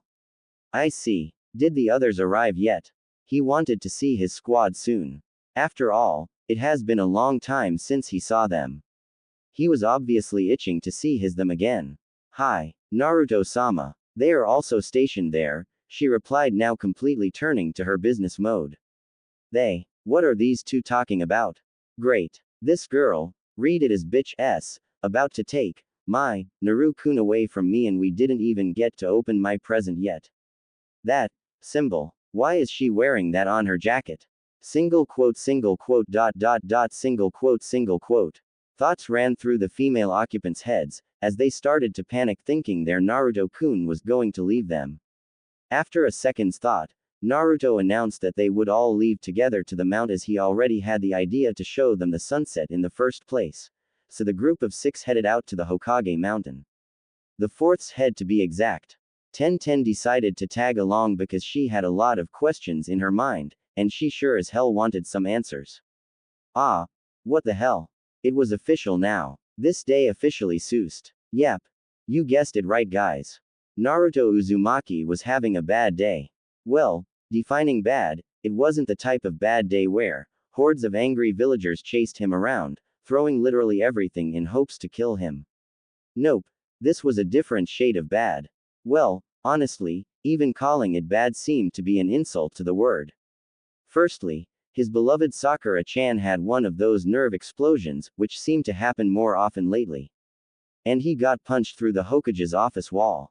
It was embarrassing to say the least, because those Kiri representatives, adding to his misery, present at the scene had the pleasure to witness it. They seemed to look at him as if he was the plain explanation to the word, dumb blonde, when he stepped out of the hole the pinkett blasted him through. Well, that was only the start of things. Then he got caught by those two and their horrible genjutsu. Honestly, it was creepy. Even thinking about it sent chills down his spine. He swore that he would kill himself rather than getting caught again in that wretched monstrosity. Even Kyuubi, the great, mighty Nine Tails, was scared by the sheer brutality it possessed. The poor thing kept muttering random stuff like, "G green, sunsets and caterpillar eyebrows." Everything aside, the most weirdest of them all was, some psychotic nutcase kept haunting his virgin soul. The witch was everywhere, hounding after him, or rather his virgin manhood. The unknown creature kept disrupting his day over and over again. Almost everything the phrase, creepy, meant, happened to him. At the worst, his clothes got stolen while he was taking a bath in the lake. And when he tried to sneak to his apartment, nearly clothless except for his orange boxers with frog faces all over it, he got cornered by the sadistic, psychotic nutcase with the smell of snakes. She almost succeeded in bringing an end to his purity. But for some indescribable reason, Kyuubi got really pissed, and all he could remember afterwards was waking up on his bed. He left a sigh of relief when Kyuubi confirmed that nothing happened to him while he was unconscious. He wanted to know what happened, but the fox quickly cut him off, saying that the matter was solved and he needn't to worry about it. He trusted Kyuubi enough knowing the demon was a honorable creature all the same and wouldn't do something reckless that would put his neck on the line. Clearing his head, fully aware that there was no hope in getting information out from a visibly pissed off fox for some strange reason, he ushered his way to the kitchen, to fix some instant ramen. Maybe the God-sent goodness can light my day, although it's nearing midnight already, he thought. He was at his second mouthful when he heard someone knocking his door.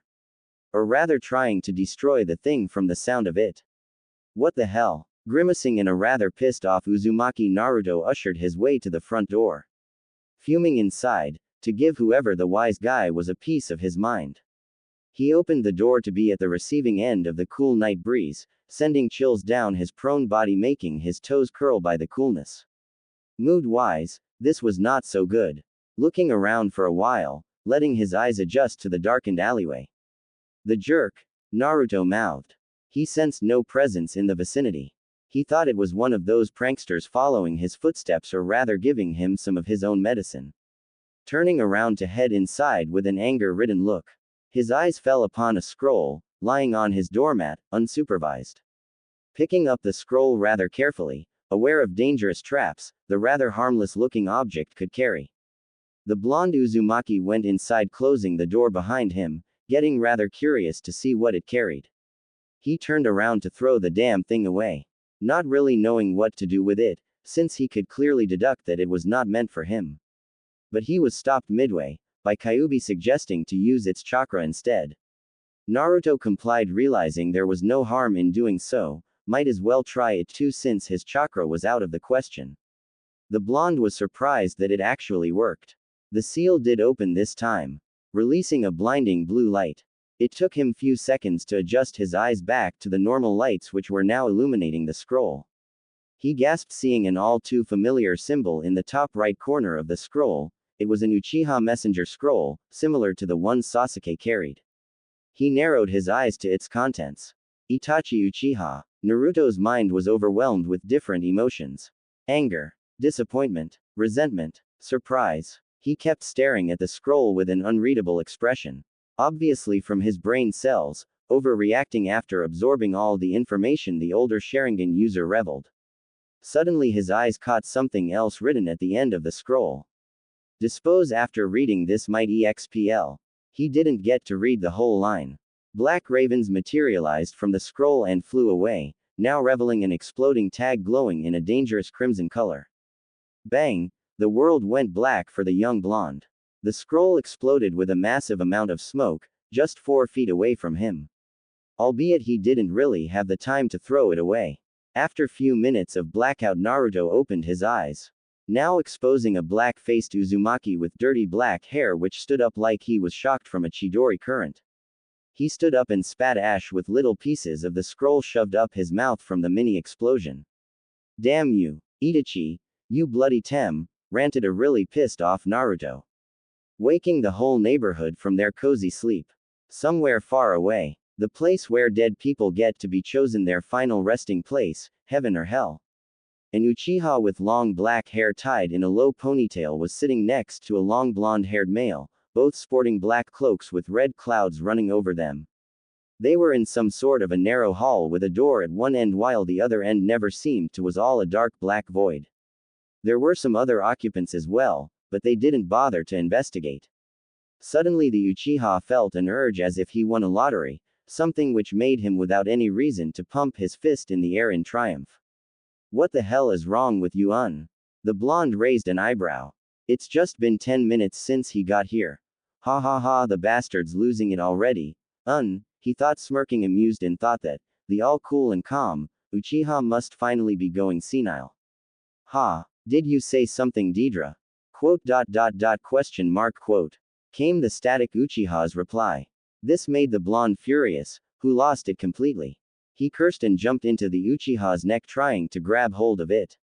He always wanted to strangle the art-mocking bastard while he was alive. Well, he got his chance now. Not that he could kill the guy. Because they were already dead. Damn, I hate you, Itachi.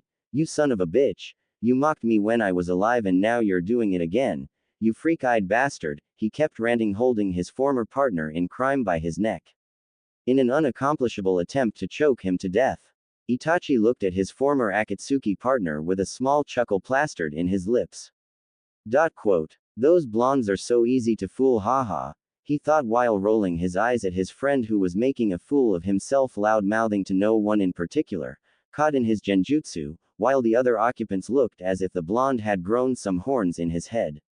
The Crimson Demons. Naru-kun, don't we have another way up? Yuki asked hopefully, realizing the monstrous task ahead. All the walking made her a little tired. Not that she would admit it, cause she didn't want to look weak against those girls, Reed, Sluss, who also chased after her prince's heart. But the long treacherous-looking stairway was a different case. Naruto chuckled a bit seeing Yuki pout, and he thought she looked so cute pouting like that. Her cheeks adoring a slight blush, obviously embraced from reveling that she was tired. Or so he thought. Meanwhile Haruna was feeling a little relieved. Yuki's question was the something that ran through her mind. She was tired too. She was a princess, not a shinobi like them. And she was happy that the snow girl took it upon her to drop the question. Well, there is one way, Naruto said in a mischievous tone, seeing the puppy dog eyes the two princesses now giving him. Chiesa caught on his tone. Knowing full well what exactly his way was. To be exact, she knew it from her own experience, which brought a blush to her face hidden from the others due to her mask. But, he started, I could only carry two of you, using this technique. To make sure no one will slip off my grasp while we travel. This revelation brought a little disappointment to other four girls, and some competitive atmosphere started to form amongst them. But, before anyone even had a chance to say anything, the two princesses clung onto his muscular arms, squealing like a couple of school girls at the same time. Sighing, Tenten and Sasama ushered their feet towards the long stairway with disappointment-ridden faces. Realizing that there was no way in hell that they could detach the two princesses from Naruto's arms. While, Chiesa shunshined away, releasing a blood-red mist behind her. Naruto shrugged, a bit unhappy by the heartbroken looks Tenten and Sasama gave him. He felt a bit guilty seeing those two like that. But he knew that nothing could be done. The two princesses were his first guests, so he was thankful for them respecting and understanding it. After the two beautiful girls reluctantly let go of him, he quickly started doing a large amount of hand seals at inhuman speed. Nearly after 100 or so hand seals, he rested his hands in a prayer-like position while channeling his chakra slowly. Yuki and Haruna looked in awe at the display of power the young blonde god-like was radiating. They could literally feel it in their skins. The authority the boy possessed was really out of the world. They could easily see that this was not the Naruto they met all those years ago. No, this one's on a whole other level, and without doubt the most powerful shinobi walking amongst the living at the time. Add his golden heart to the blend and you have one fine piece of husband material. This realization made them want him even more. Naruto-kun, you're mine and mine alone, thought both of them at the same time while blushing and looking away. As they turned, their eyes made contact, and they knew exactly what the other had in mind. Back off, bitch. They spat at each other mentally as if they had a mental link or something, while exchanging death stares. Suddenly the wind around them started to pick up, breaking the girls out of their swirl. Looking ahead to see, the golden locks of the blonde dynamite swaying around, making him even more godlike. Wind god art. Demonic wind manipulation, he whispered, vanishing out of sight without leaving any trace. Yuki and Haruna just stared dumbstruck and confused, not knowing what the blonde was up to, and a sudden panic started to arise. Thinking he has left them hanging in the middle of nowhere, while their hearts knew otherwise. What happened? Where is he? Haruna asked, still eyes narrowed at his previous position. Yuki didn't mind to answer as she herself didn't know what the hell happened. 10 seconds passed, adding to the girls' now visible panic. They were now looking around, calling his name. A bit of anger creeping in as well. Naruto. Where the hell are you? Come on Naru-kun, this is not funny. I'm right next to you, Yuki Haim. The girl nearly had a heart attack when he whispered in her ear, which sent her hurtling backwards and landed on her butt. Flummoxed by his voice coming just out of nowhere. Koyuki? What happened to you? The grass princess rushed to her side, showing a little concern for her counterpart. Oh, she just got scared a little by my voice. Now it was Haruna's turn to land on her butt. She got scared to death by the suddenness of it. Hey. You guys should see your faces now, grinned the voice which echoed through the forest, sending a little chill down the girl's spine. In Naruto. Is that you? Haruna questioned hopefully, while she, herself and Yuki dusted theirselves up. Well, yeah, it is me. Who else do you think? He mused a bit dumbly, which earned him a cute pout from Yuki and a frown from Haruna, which he chuckled and shrugged off. Alright, I'll explain to you a little. Well, this you see is my ultimate technique, he started. When I'm in this mode, I am the wind itself, I could bend it to my will, so the things I could do in this mode are endless. He exclaimed, proudly from his achievement. Pretty neat, huh? He asked as an afterthought. If they looked impressed before, well, that was nothing compared to the looks plastered on their faces now. This really took the cake. They were beholding the true reason why he was called the God of Wind. Technically, the name was correct, for he is in a god-like state now. This sealed the deal. Naruto Uzumaki will not be lost or shared for no matter what. For he will be claimed by me soon. Yuki, Haruna both nodded vigorously, finding no words to explain their astonishment. Let's go then. Before the princesses could even react to the proposal, they were lifted by two invisible arms, wrapping around their slender waists, which released an eep from the suddenness of the act. But the eep later magnified into a shrill of excitement when they started to fly towards the Hokage monument via the Wind God tours. Somewhere else in Konoha, the Godime Hokage Tsunade Senju was fuming. The old pervert Jiraiya dropped her lot of headache recently. She still couldn't believe why she agreed to such a troublesome idea. What angered her more was the growing amount of paperwork, albeit those blasted application letters. The pile never seemed to lose its height no matter how much she checked and passed. The damn things kept piling and piling. The old pervert had promised to help her out with the sorting. But frankly, the man never came. So here she was fuming and sorting the applications. Akira Tatsuki Jonin from the Hidden Mist. Pass. Mei Terumi from the Hidden Mist. What the hell is the Mizukage doing? Sending applications to this. I need to talk to her about this, she thought. Ino Yamanaka, the Hidden Leaf. She must train hard though, to even stand a chance of winning amongst these monsters. Thought the Hokage, sealing her approval and taking another slip. Request to castrate one Uzumaki Naruto, huh? Another of those. She threw the foul letter to a corner of the room where there was a noticeable amount of those piling up, courtesy the Father's Club to get rid of the playboy. Shizune walked into a scene, her blonde master working her as off amid a mountain of letters, furiously going through the letters. She gulped, knowing full well what was about to happen when she told the news to the Hokage. Tsunade-sama, she started. The blonde Hokage nodded her head without looking up as to usher her to carry on. Shizune gulped. More letters have arrived, my lady. She closed her eyes in anticipation of a nerve explosion from the Godime. Tsunade narrowed her eyes, not really happy at the revelation but sighed in relief, seeing a little bundle of letters on Shisune's hand. Obviously it was not that much.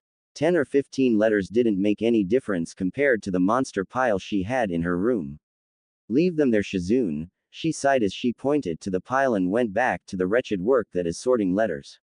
Surprised by the non-coming shriek or the nerve explosion, Shizune quickly opened the door, reveling Izumo and Katetsu doing a lousy job holding or trying to hold a huge sack of letters.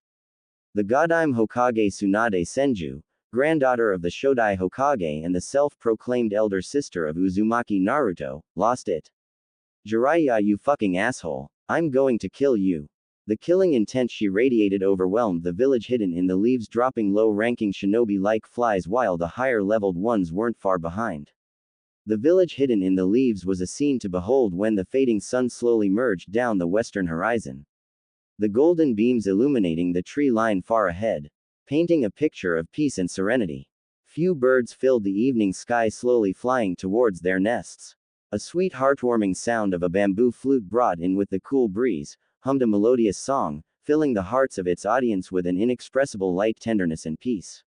Tenten and Sasama relaxed from their position in top of the Hokage monument. The Anbu, Naruto called Chiesa, was nowhere to be seen. They talked nothing as they were a bit tired from the long journey up, so they just sat there admiring the beauty of the scene they never ever had the chance witness before, waiting for the blonde whisked teen's arrival. The flute player's feelings quickly caught up with the two, mesmerizing them in its awake. Suddenly the breeze picked up, catching both girls off guard as they pumped some chakra to their palms and feet to stay at their seated positions. The sky suddenly turned to a display of marvelous colors: red, blue, green, yellow, purple, tangling with one another in a beautiful dance of sorts. Tenten and Sasama looked in awe at the wondrous scene, not believing their eyes.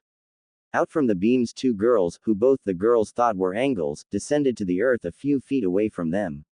Few seconds passed and the lights slowly faded out, revealing the two princesses looking a bit shaken. Tenten was confused as hell how the non-shinobi girls managed such a feat, but in the back of her head knew that it was Naruto's doing. Though she wondered where the blonde dynamite was while looking around trying to find any orange in the vicinity. Sasama was having the same thoughts running through her head. While she had no idea that such a mode of traveling in existence, she knew that the blonde wind god must be at the thick of things.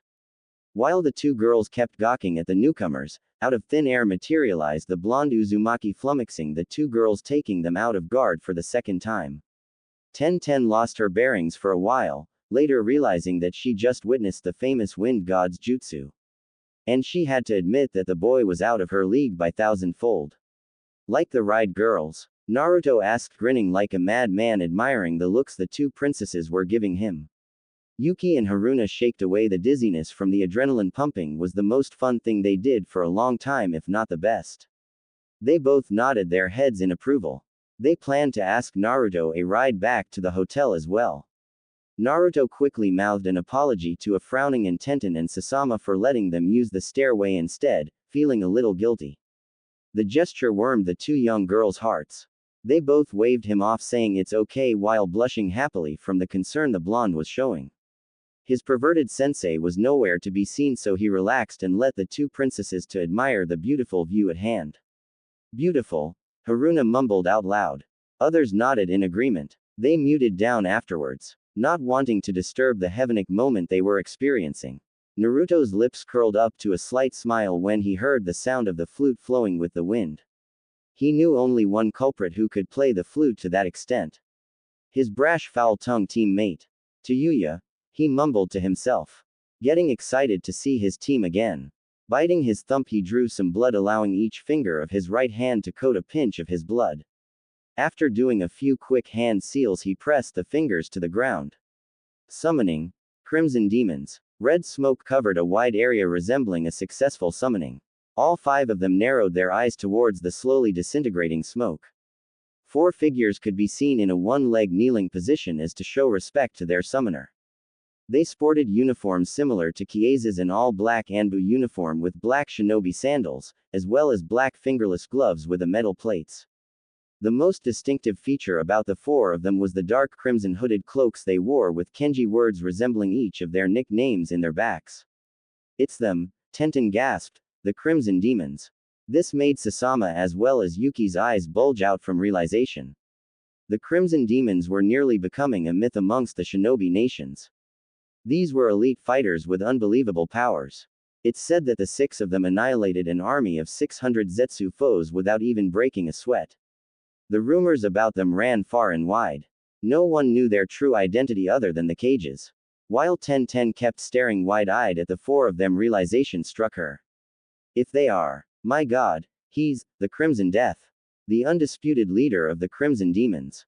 As the demons were rumored legends, he was rumored as God himself, in human form. It's said that he has the heart of gold, loving and caring. Some people even started worshipping him, after he saved a village from destruction by a full mercenary force easily numbering thousands. His eyes spoke of quick and painless death to anyone who opposed the peace and harmony amongst the elemental nations. Even his name brought fear, in a good sort of way. It reminded anyone who was fool enough to go down the path of evil should be ready to suffer his wrath. It was ironic that amid the popular rumors about the Demon Lord, they said that Naruto Uzumaki was the only one alive to match fist to fist with the demonic nemesis. Hey, get up, will you? Please, it's really uncomfortable. He ranted. The gesture was too much for him to handle. And please take off your masks, he added, getting ready for a large number of questions he knew that will head in his way. Sasama, Tenten and the two princesses awaited patiently, still wide-eyed at the revelations they had and those to come. The four demons stood up, and one by one started removing their masks. They lifted their heads up, now reveling four beautiful girls with beauty like none other. Now Sasama was the one to gasp in utter shock, while the others looked not far behind, eyes tending to pounce out of their sockets. The most powerful shinobi squad in all hidden villages was girls. And not just any girls, no, they were like angels.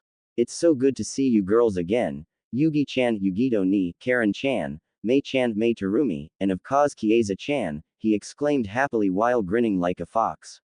He was really happy to see them again. Where is Taiyu-chan, to Yuya Uzumaki anyway? He added, raising an eyebrow seeing her absence.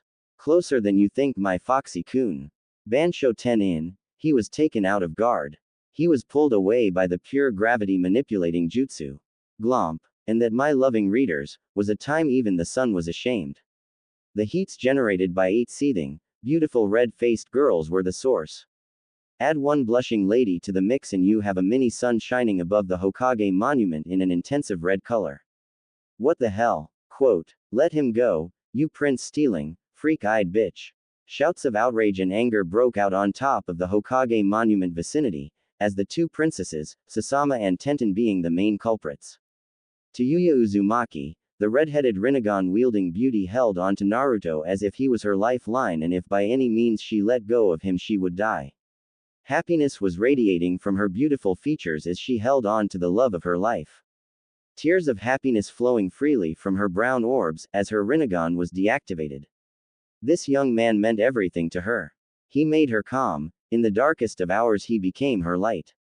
Words were overrated, indescribable, hollow and incomplete. Her actions were enough to tell him how much she had missed him when he was away. She wanted nothing else now, but to hold on to him for as long as he deemed her to. However, the bystanders, mostly Haruna, Yuki, Sasama and Tenten, were thinking otherwise. This was like something out of a horror movie. Their prince was currently being hugged in a not-so-friendly manner. By this redhead, the love she had for him was evident, but they were not ready to share him with anyone. Naruto Uzumaki was something that they wanted solely for themselves, because they loved him just the same, unconditional and unchangeable. Koyuki was in the verge of having a nerves breakdown. This reed-haired bitch dared to hug my Naruto-kun in an intimate manner. She assassinated Yuya multiple times in her mindscape, and right now her only plan was to bring down the whole spring snow army upon the ring-eyed bitch's ass. Hey, that would serve the bitch right. A vein bulged on her forehead as anger was evident on her beautiful features. Her resolve was nothing else but to fight for her prince. She wouldn't let this girl or any other girl take him away, not unless she had a say in it. Meanwhile, Haruna was thinking the same as well. She was not ready for this. She was only aware of Hinata as the possible threat, but this was ridicules, and these girls kept popping out like popcorn. And she hasn't seen Hinata around either. She mentally wrecked her brains for not doing the recons. If else she would have not been startled by all this drama. Even though she was not the one to give up, even if she had to give her life for him, she wouldn't give up. Damn, why didn't I ask the Hokage and ninja for that solo mission all those years back? If I did, then this would have never happened. Haruna frowned as she bemoaned mentally about her missed chances. However, Tenten was having a totally different argument than the rest. While the others knew that they were in love with the blonde windbender, she was confused to no ends of why she was feeling an immense amount of jealousy and anger towards the reed-headed beauty. She didn't really care before about whom Naruto hugged, nor did whatever couples do, so why now? He's just my friend. Why am I feeling the need to sling all my kunais at this girl? The same thing repeated over and over again in her head, leaving her with a headache in the aftermath. She assured herself that she was going to think about this dilemma thoroughly when she was at home and in her comfy bed. The demons, Naruto's squad, on the other hand, were immune to such behavior. They knew that Yuya was, how do I put it, expressive, when it came to her feelings. She did things by her own way, and she was prone to do these kinds of things quite regularly while they, with Naruto, were away for missions. She was overprotective at times, and unlike the silent and well-behaved ones like Kieza, Yuya was always the first to lose her head when he got into trouble or anything she deemed similar. A friend or a foe, even if it was one of their own, Tayuya didn't bother to spare them if they caused even the slightest of headache to her Foxy-kun. She nearly killed Yugito once when they were on a mission at the Wave Country, when Naruto had an allergy reaction, eating too much of a seafood dish that Yugito cooked for him. It took all the remaining demon's might plus an old drunkard carpenter who was the current Wave Daimyo, his daughter and her son, to pry her stranglehold off of Yugito's neck. Like Tayuya, Naruto Uzumaki was someone all five of them trusted and loved above anything else. He was their savior. He had saved each and every one of them from danger day in day out. Even when all hope was gone and they were looking straight into the eyes of the inevitable death. He stood up to them with his stubborn determination and courage. I will never give up, believe it. Saving them yet again with his miraculous aptitude. They would die for him, no hesitancy. And it was not a case about the lack of trying too. Chiesa, the youngest and the most gifted of them all, took a kunai stab which had his death written all over it. Ironically, the same day happened to turn out as her birthday as well, but luckily she survived with a concerned Naruto not leaving her bedside for days. As the seconds passed, it seemed like Tayuya was not the one to let go of the blonde Uzumaki anytime this year. And the princesses were getting restless, as their usual formal calm, high-class attitudes changed into anger levels that an average person would never deem possible. All the while one would think Naruto was not so dense after all, seeing that happy carefree smile plastered on his face. But as Kakashi say, look underneath the under, or something like that, down below that chick magnet smile, he was still the dense oblivious baka. He was just thinking that Tayuya was being Tayuya, nothing more to that, and this was just a friendly hug from a friend that was away for a long time. Someone please bonk his head now. Karen-chan, can you please unhinge Tayuya from Naruto-kun before she herself would kill him? Having had enough of the drama, Mei ordered. Even though this kind of behavior from the Rinnegan wielder was not foreign to her, she had to beak her loose before the two princesses did something that would not end in a happy way. Nay, she took longer than the last time, didn't she? Chiesa said, as it was clear that these so-called friendly hugs lasted longer than the previous. A dejected-looking Tayuya was forcefully pried off of Naruto as she cursed Karen repeatedly. To Karen this was like a usual chore. She was turning into a specialist for the job, prying off the foul-mouthed Uzumaki off of Naru-kun. Let me go, you spectacular SLT, I will demagnetize you skinny as. Let me go, Karen. You better keep that thing on a leash, Yuki hissed as she was not in a happy mood at all. Ah shit, was all Karen could say. What did you say? Tayuya narrowed her eyes at a girl which she was not aware of her presence until now. You heard me right. Keep your dirty hands to yourself, Yuki replied, getting eye contact with the redhead as well. Come and make me, bitch. Tayuya spat as her Rinnegan slowly came to life. Luckily Chiesa and Tenten intervened the inevitable massacre, pining them down, or else it would be the starting of a war. What's up with them? Naruto raised an eyebrow, oblivious as hell. Even after being tamed, the two oppositions kept staring down each other quite regularly. This isn't over, bitch. Yeah, as hell it is, you decorated slew. They mentally abused each other with all sorts harassments. An awkward silence crept in as no one was really sure what to say. Yuki and Tayuya were still staring at each other with venom in their eyes. Sasama and Tenten kept glancing at the other few demons and back at Naruto. I think it's time you guys went back to the camp. Naruto broke the silence, as he spoke to his first deputy, Mei Terumi. Yeah, I guess so too, what about you? She replied in a calm tone. I'll be there as soon as I finish giving Haruna and Yuki their tour. Understood. Oh, by the way, Tsunade told me to hand this to you. Mei winked and threw a gold-laced scroll to Naruto. Guess we'll have a celebration soon, huh? She added as a broad smile gestured her beautiful face. Naruto's eyes lit up as he saw the Namikaze clan symbol embedded on the scroll's top. Yeah. Guess so, and here I thought that old hag was messing with me, he said in a mock tone, trademark smile blazing. Alright girls, saddle up, we're heading home, Naruto-kun will come later, Mei ordered her fellow subordinates. Yugito, Chiesa and Karen obeyed, soon followed by a fierce-looking Tayuya who signaled Yuki that she was watching her, using two of her Yuki obliged with middle finger pointed skywards. I wonder what that means XD. The demon stood in a battle arrowhead position, Mei being the head flanked by Chiesa and Tayuya as Karen and Yugito took the back. See you soon Naru-kun, the girls said in unison as Mei went through a set of hand seals in rapid succession. You better come soon or else I'll have to come and drag Yasari as myself, Tayuya said her last parting as well as Mei finished her work and called the jutsu. Reverse summoning, Crimson Demons. A massive amount of red mist surged through the Hokage monument Plato, as the demons successfully reached their destination. As it was getting dark, Tenten and Sasama wanted to go back as well, although their hearts said otherwise. Sensing the pissed-off nature of the Snow Princess, they feared the worst, and overhearing Naruto and Mei's conversation meant that he had other plans tonight as well, so without further delay they said their farewells and turned around to leave.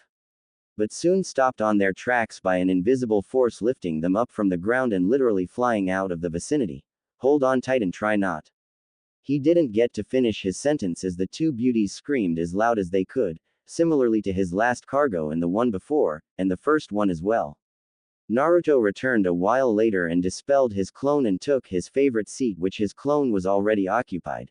As the two princesses sat beside him, heads resting on his broad shoulders and arms tucked securely with his. Even by Naruto's standards this was too much to stay oblivious about.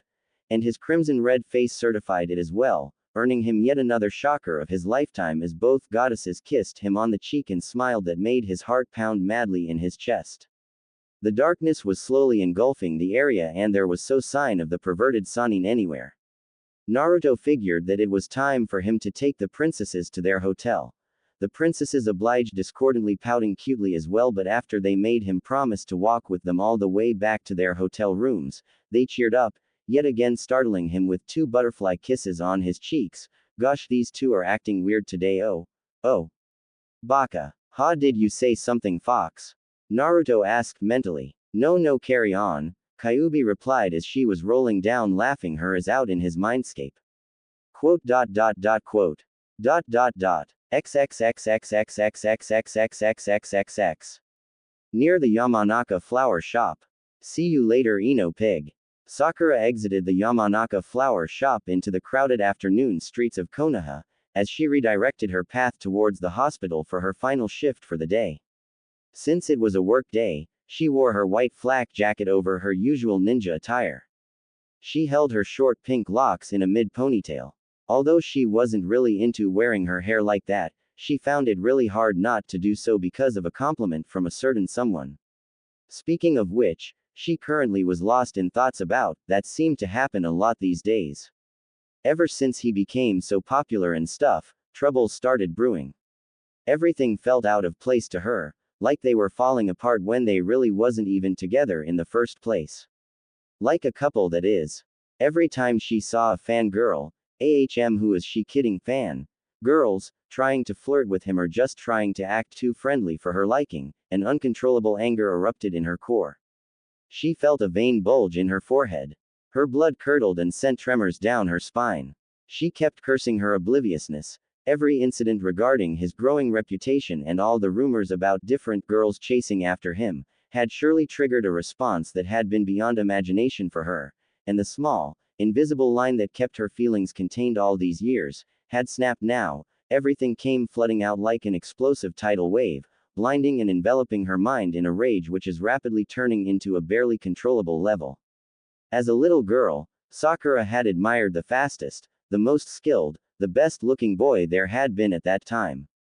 As a teenager, she had become infatuated with said boy to the point that she had naively believed herself to be in love. As a woman, she had come to realize that the feelings she always felt for Sasuke weren't as deep, as pure as she once hoped. She did, and still do love him. But, not in the way she always thought. Sakura wasn't in love with him.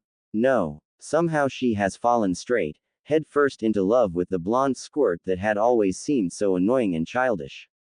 She was not quite sure how he had laid siege to her heart without her even realizing, and she was extremely befuddled on how he managed to take over without warning, but the emotions lodged in her chest were very real, very permanent, and very, very annoying.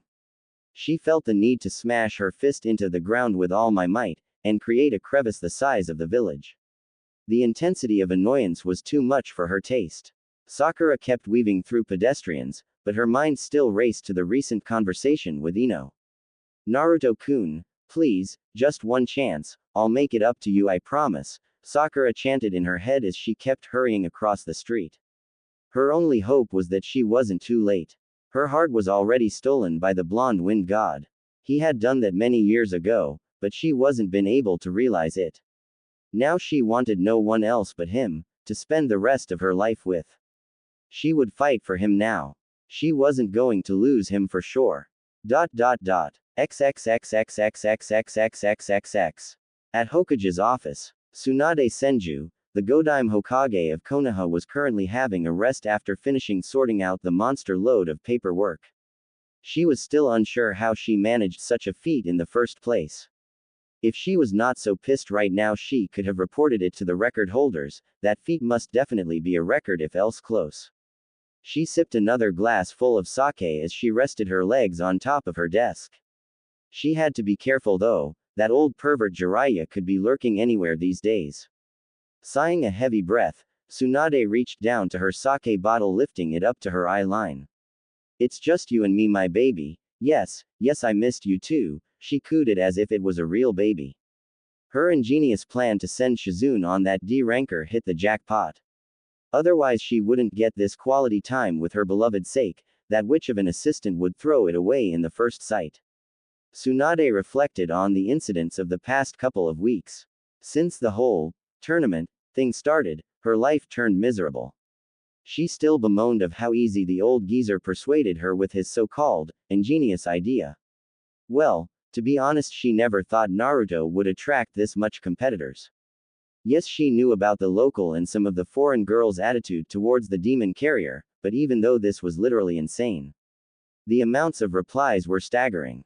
She had to hand it to Jiraiya. He has raised one hell of a protege. Well, it seems I have to get Shizune to fish out the CRA scroll. Hey, when all this ends, Naruto-kun would have an army of wives. Tsunade giggled sadistically, and then it turned into a hysterical laughter, as images of little children with blondish hair, orange jumpsuits or orange skirts and shit ran around the village, flooded her mind. Tsunade's thoughts were cut off by someone knocking the door. In speeds that even the Hiroshin ashamed, she hid all her criminal goods, sake and glasses, in a secret compartment under the wooden floor. She feared for that if it was Shizune, her dear beloved, sake would be a lost cause. Wiping off some sake splattered over the table, she turned her business mode on and called the devil intruders that invaded her quality time. She wanted to get over with it quickly so that she can get back to work. Trough the doors entered three people, two samurai guards flanking a teenage girl with long blonde hair dressed in a red and gold kimono. She had the royal symbol of the demon country embedded on her waistband. Her attire and the way she walked spoke of her class. She and Kazama, the high priestess of the demon country. What a pleasant surprise, Tsunade said, pleasantly smiling at her visitor. Please take a seat, she added, gesturing at the unoccupied chairs across the table. Shion smiled as well and took the seat on the left as her guards stood behind near the door. She looked tired, probably from the long journey, but what intrigued Tsunade was why her features looking gloomy and disturbed, unlike her usual calm, collected attitude. It's good to see you again, Shion-chan. How was your journey? Tsunade inquired. It's good to see you too, Tsunade-san. My journey was okay, although the traveling was a bit tiresome, said Shion. So what brings you to Konoha? Asked Tsunade, although she knew quite well what her answer would be. Well, it was obvious that Konoha's resident Jinchuriki had stolen this young priestess's heart many moons ago. She knew this thanks to Kakashi, who had been really specific about a minor detail regarding a request from her to Naruto in his mission report. And she must have gotten Jiraiya invitation. No wonder she looked disturbed. Well, I got S letter regarding a tournament signed by the Toad Sage Jiraiya, that, and I also wanted to see my friends and get a rest from work, Shion replied, hiding half of the truth, albeit she was dying to see Naruto, but as the high priestess her task was tedious, thus she never got the chance. After the Moroyu incident, she came to realize how much the blonde genin affected her. Naruto changed her whiny attitude. He showed her that fate was to be chosen by one. His brash get lucky cherry attitude startled her. Even in tough life-threatening moments he believed in friends, in his abilities, and most of all he believed in her. The blonde wind god had stolen her heart then and there.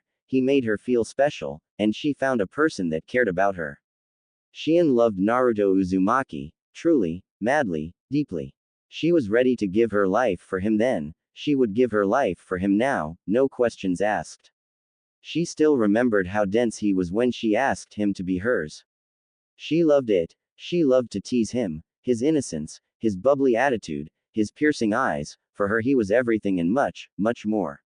Angry, disappointed, sad, annoyed, scared, feelings that flooded her heart when she read the letter. It said that he was the main prize. Her hands trembled. Her eyes filled up with tears without notice. Was she late? Did she still have a chance? She needed answers. She needed to see him, to see that trademark smile plastered on his face. So here she was on his home soil, just a whistle away from seeing him. So you're participating? Tsunade raised an eyebrow in amusement. No, I just came as a spectator, I don't wish to participate. Shion declined, waving it off, although she was not so happy that she wasn't able to participate. She wanted to fight for her Naruto-kun, however that was out of the question, albeit priestesses were not allowed to use their powers in combat other than for a good purpose. And not for personal desires. Tsunade nodded, acknowledging the younger blonde's reply. She was about to ask Shion about her accommodations when someone interrupted her by knocking the door. Enter. In came Hinata and Aika. Hokage-sama. The two Hyuga angels bowed respectfully, as it was obvious that their leader was having company and they knew their manners more than anyone and show her utmost respect. Tsunade nodded, although she didn't show it, but she was really happy it turned out to be two Hyugas. They knew their formalities and a surge of pride rushed through her. She thanked God that it wasn't Naruto or Konohamaru. Those two brats would have thrown her honor down the drain just like that. Not that it was foreign to her or something. Those two did that quite regularly these days. On Mondays and Tuesdays, to be precise, or was it Wednesday and Tuesday? Hokage-sama, father has sent the clan report for the month and Aika-chan's here to give her mission report, Hinata said as she stepped forward to hand down the scroll to the Godime. Meanwhile Shion was getting restless, she just wanted to meet Naruto, and she was getting tired by the second from the hold-up. She figured that it's about time she took her exit. Hokage Dono, I had a long journey, I'm feeling a bit tired as well, would you be kind enough to give me directions to Naruto-kun's residence, I want to see him first before I leave to my hotel. Tsunade nodded. Needless to say, the two Hyuga beauties present at the vicinity narrowed their eyes at the priestess as in instinct. A girl's intuition is so messed up, man, telling ya, damn how they find those out. God only knows, anyway.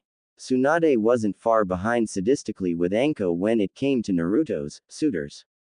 Okay, Shion-chan, I understand, this is Hinata Hyuga and Aika Hyuga, they are from the most respectable clan in Konoha. They will accompany you and help you out for any of your needs. Hinata, this is Shion Kazama, the high priestess of the demon country, I assign you and Aika for this D-rank mission. Help her out and show her the required directions. This way you three can get to know each other better. Aika, I will look into your mission report tomorrow. Is there any questions? The three girls shake their heads to say no. Okay then, dismissed. Hi, Hokage-sama. Hinata and Aika bowed to their Hokage and exited the vicinity with Shion hot on their heels. Now this will be interesting, Tsunade smirked, as she got back to her hard-earned rest. XXXXXXXXXXXXX. Meanwhile, in a darkened alleyway, a tall figure stood in the shadows, lurking, awaiting his prey to arrive, shiny red eyes piercing the darkness. An owl hooted at a nearby tree, as the chilly wind rustled across the alley, enhancing the dramatic effect. A teenage girl with short purple hair tied to an open bun, turned around at the far corner of the alleyway, now dangerously approaching the evil man. Oblivious to the danger ahead, she kept walking, biting happily into a sweet she bought from her favorite shop. The girl didn't get to walk more than 3 steps past that killer-like red eyes, bam. The stalker fell lousily face first into the stoned road, tipping from a bucket nearby into a set of brooms and mops. A garbage can, which anyone would think was carefully placed, steadily fell over the downed man, spilling garbage all over him. What the hell? The girl whirled around, cursing not so sweetly. As she immediately was on guard, a kunai drawn out as she narrowed her eyes on the intruder. Who the fuck are you? You bloody jackass, she threatened, getting pissed to no ends. Firstly, that lame Isanin was late, and then this douchebag comes around startling her, forcefully dropping her beloved God-sent food, dango. I will fucking castrate you and feed your balls to my snakes, you piece of shit. Her chakra spiked as Konoha's special Jonin Maharishi Anko started going through hand seals in rapid pace, intent on frying the dork into a crisp. Ninja art. Snakes breathe, she called the jutsu, resting 2 fingers in a one-handed half-ram seal, like when the fire style, fireball jutsu is used. She took a deep breath and spat a green-colored flame, furiously taking the shape of a python, and rapidly approaching her target, engulfing him in an intense green flame. Anko kept pumping chakra to her jutsu for a few more seconds, and then she cut the chakra flow, effectively ending the jutsu. As the smoke cleared, the opposing man was nowhere to be seen. She kept on her guard as she enhanced her sensors, intending to track his scent or any trace the man would have left behind. Then in the corner of her eyes she saw him stepping out from the shadows with those red orbs directed at her, or her bust, to be exact. This infuriated Anko to no ends as she started going through some more hand seals, intent in ending him then and there. Sensing the approaching mass murder, the garbage-smelling man quickly reacted, shouting as loudest as his voice could muster, and waved his hands in the air like a madman to stop her from causing bodily harm to his super hot, super perverted self. Whoa, whoa Anko, hold your horses, it's me Jiraiya. The revelation seemed to neutralize the psychotic snake mistress of Konoha a little, as her angered demur changed into annoyance and then into a curiosity. What the hell is wrong with you, Jiraiya jackass-sensei? And what's with the freaky eyes? Anko raised an eyebrow as she curiously looked into Jiraiya's eyes, which resembled the eyes of a toad. For a second she mistook it to be the infamous Sharingan. Now Anko, I was just trying to scare you, that's all, and these eyes are the Sage Mode level 2 eyes. I can see through the dark with these 2 babies, pretty awesome, huh? Replied Jiraiya as he posed on his super pervy sage pose, his eyes turning into normal afterwards. Whatever, so do you have it? Anko inquired. To hell with the eyes, she was just dying to get her hands on her package that Jiraiya was supposed to sell her, which is the reason for the meeting here in the first place. Getting restless, are we? Haha. Yep, got it right here, safe and secure, smirked Jiraiya as he tapped the front pocket of his jacket, showing a miniature storage scroll popping out from the top. Give it to me. Give it to me. Anko bounced from feet to feet, her eyes shining in glee, giddy with excitement like a little child asking for a candy from her parent. Not before you give me my payment, Jiraiya waved her off. Yeah, here you go. Anko put something from her pocket and threw it to Jiraiya. 1 panty of Nei-chan Kurenai, as we agreed, said Anko, as Jiraiya kept inspecting his payment thoroughly, sniffing cough, and drooling too. This better be good, you pervert. I had to work my butt off to get that, she added in a half-threatening manner. Ha, you don't have any trust in me, Jiraiya, the super awesome lady killer toad sage. Jiraiya pouted in a freaky way. Just imagine an old geezer with big lips pouting ergh. Freaky crocodile tears running down his eyes like a waterfall. Yeah, cut the bull and let's finish the deal, shall we? Said Anko as she was getting tired of the drama queen. Here you go. Jiraiya threw the scroll he carried in his pocket, keeping his part of the bargain, or so one would think. Glad doing business with you, Anko, but I have to go now. Let's say my schedule is a bit tight, sayonara. He said as his body was fading slowly into the wind, showing another variety of Shunshin no Jutsu. Enjoy. Oh, and you too, Yugo, smirked Jiraiya, looking up at the nearby rooftop as he completely faded into the darkness.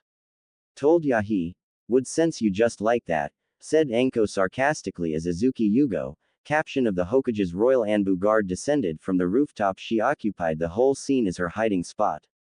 Says the kunoichi who dropped her dango, surprised by the same person's antics. Yugo bounced back at Anko with a good one. Yeah, that's a riot. Are we going to be sarcastic all night, or do you want to take a look? Said Anko, frowning. She didn't like the way it was going. Next thing you would know, the whole Anbu unit will find out about she, the great snake mistress, taken off guard. Yugo eagerly nodded as she too was giddy to see the contents of the scroll. Nay, Anko-chan, did you really steal Kurenai-san's panty? She asked as Anko was busy unsealing the scroll. Nah, I just stole it from old lady Shizuka, a rich old lady at her late 70s, while she was on the onsen hot water spring. Giggled Anko, the pervert deserved it, she thought. Here we go, she added as she pumped a little amount of chakra at the storage spaces in the scroll. The scroll illuminated by her chakra unsealed with a pop sound. Now there lay few solo snaps of none other than our local eye candy Uzumaki Naruto. The first image showed Naruto sitting down on a rock, high up in a mountain. He sported a black skinny and a set of black short cargo pants.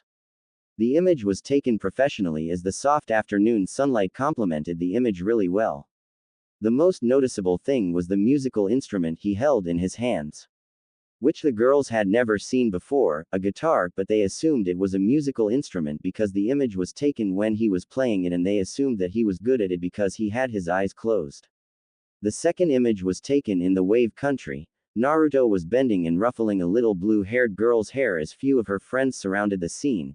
Even in the image the heart-shaped eyes sparkling because of his vicinity was evident in those girls' eyes. However, the third image was by far the best of the lot, although there were noticeable amounts left to see. Naruto was walking out from the sea, a set of black skin-tight shorts hugging to his legs. As his chiseled muscles glistered in the sunlight, and his rock-solid abs were highlighted neatly as well. His hair waved freely in the wind without the interruption of his Hittite. The tight pants left nothing to imagine of his sizable manhood. The immediate exposure to the snap gave the two beauties a nosebleed as their feet started to wobble like jelly from the power of the snap. After a few long minutes of staring, the girls were taken out of their trance by a cat tripped off by the same bucket which took out Jiraiya. We should hit Nei-chan's place, shouldn't we? Anko stated more than a question.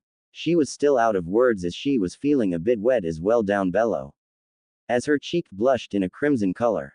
Good idea, was the only reply from Yugo, who was not far behind, but two purple-haired beauties said no more as they shunshined away, to Yuhi Kurenai, their other partner in crime's apartment.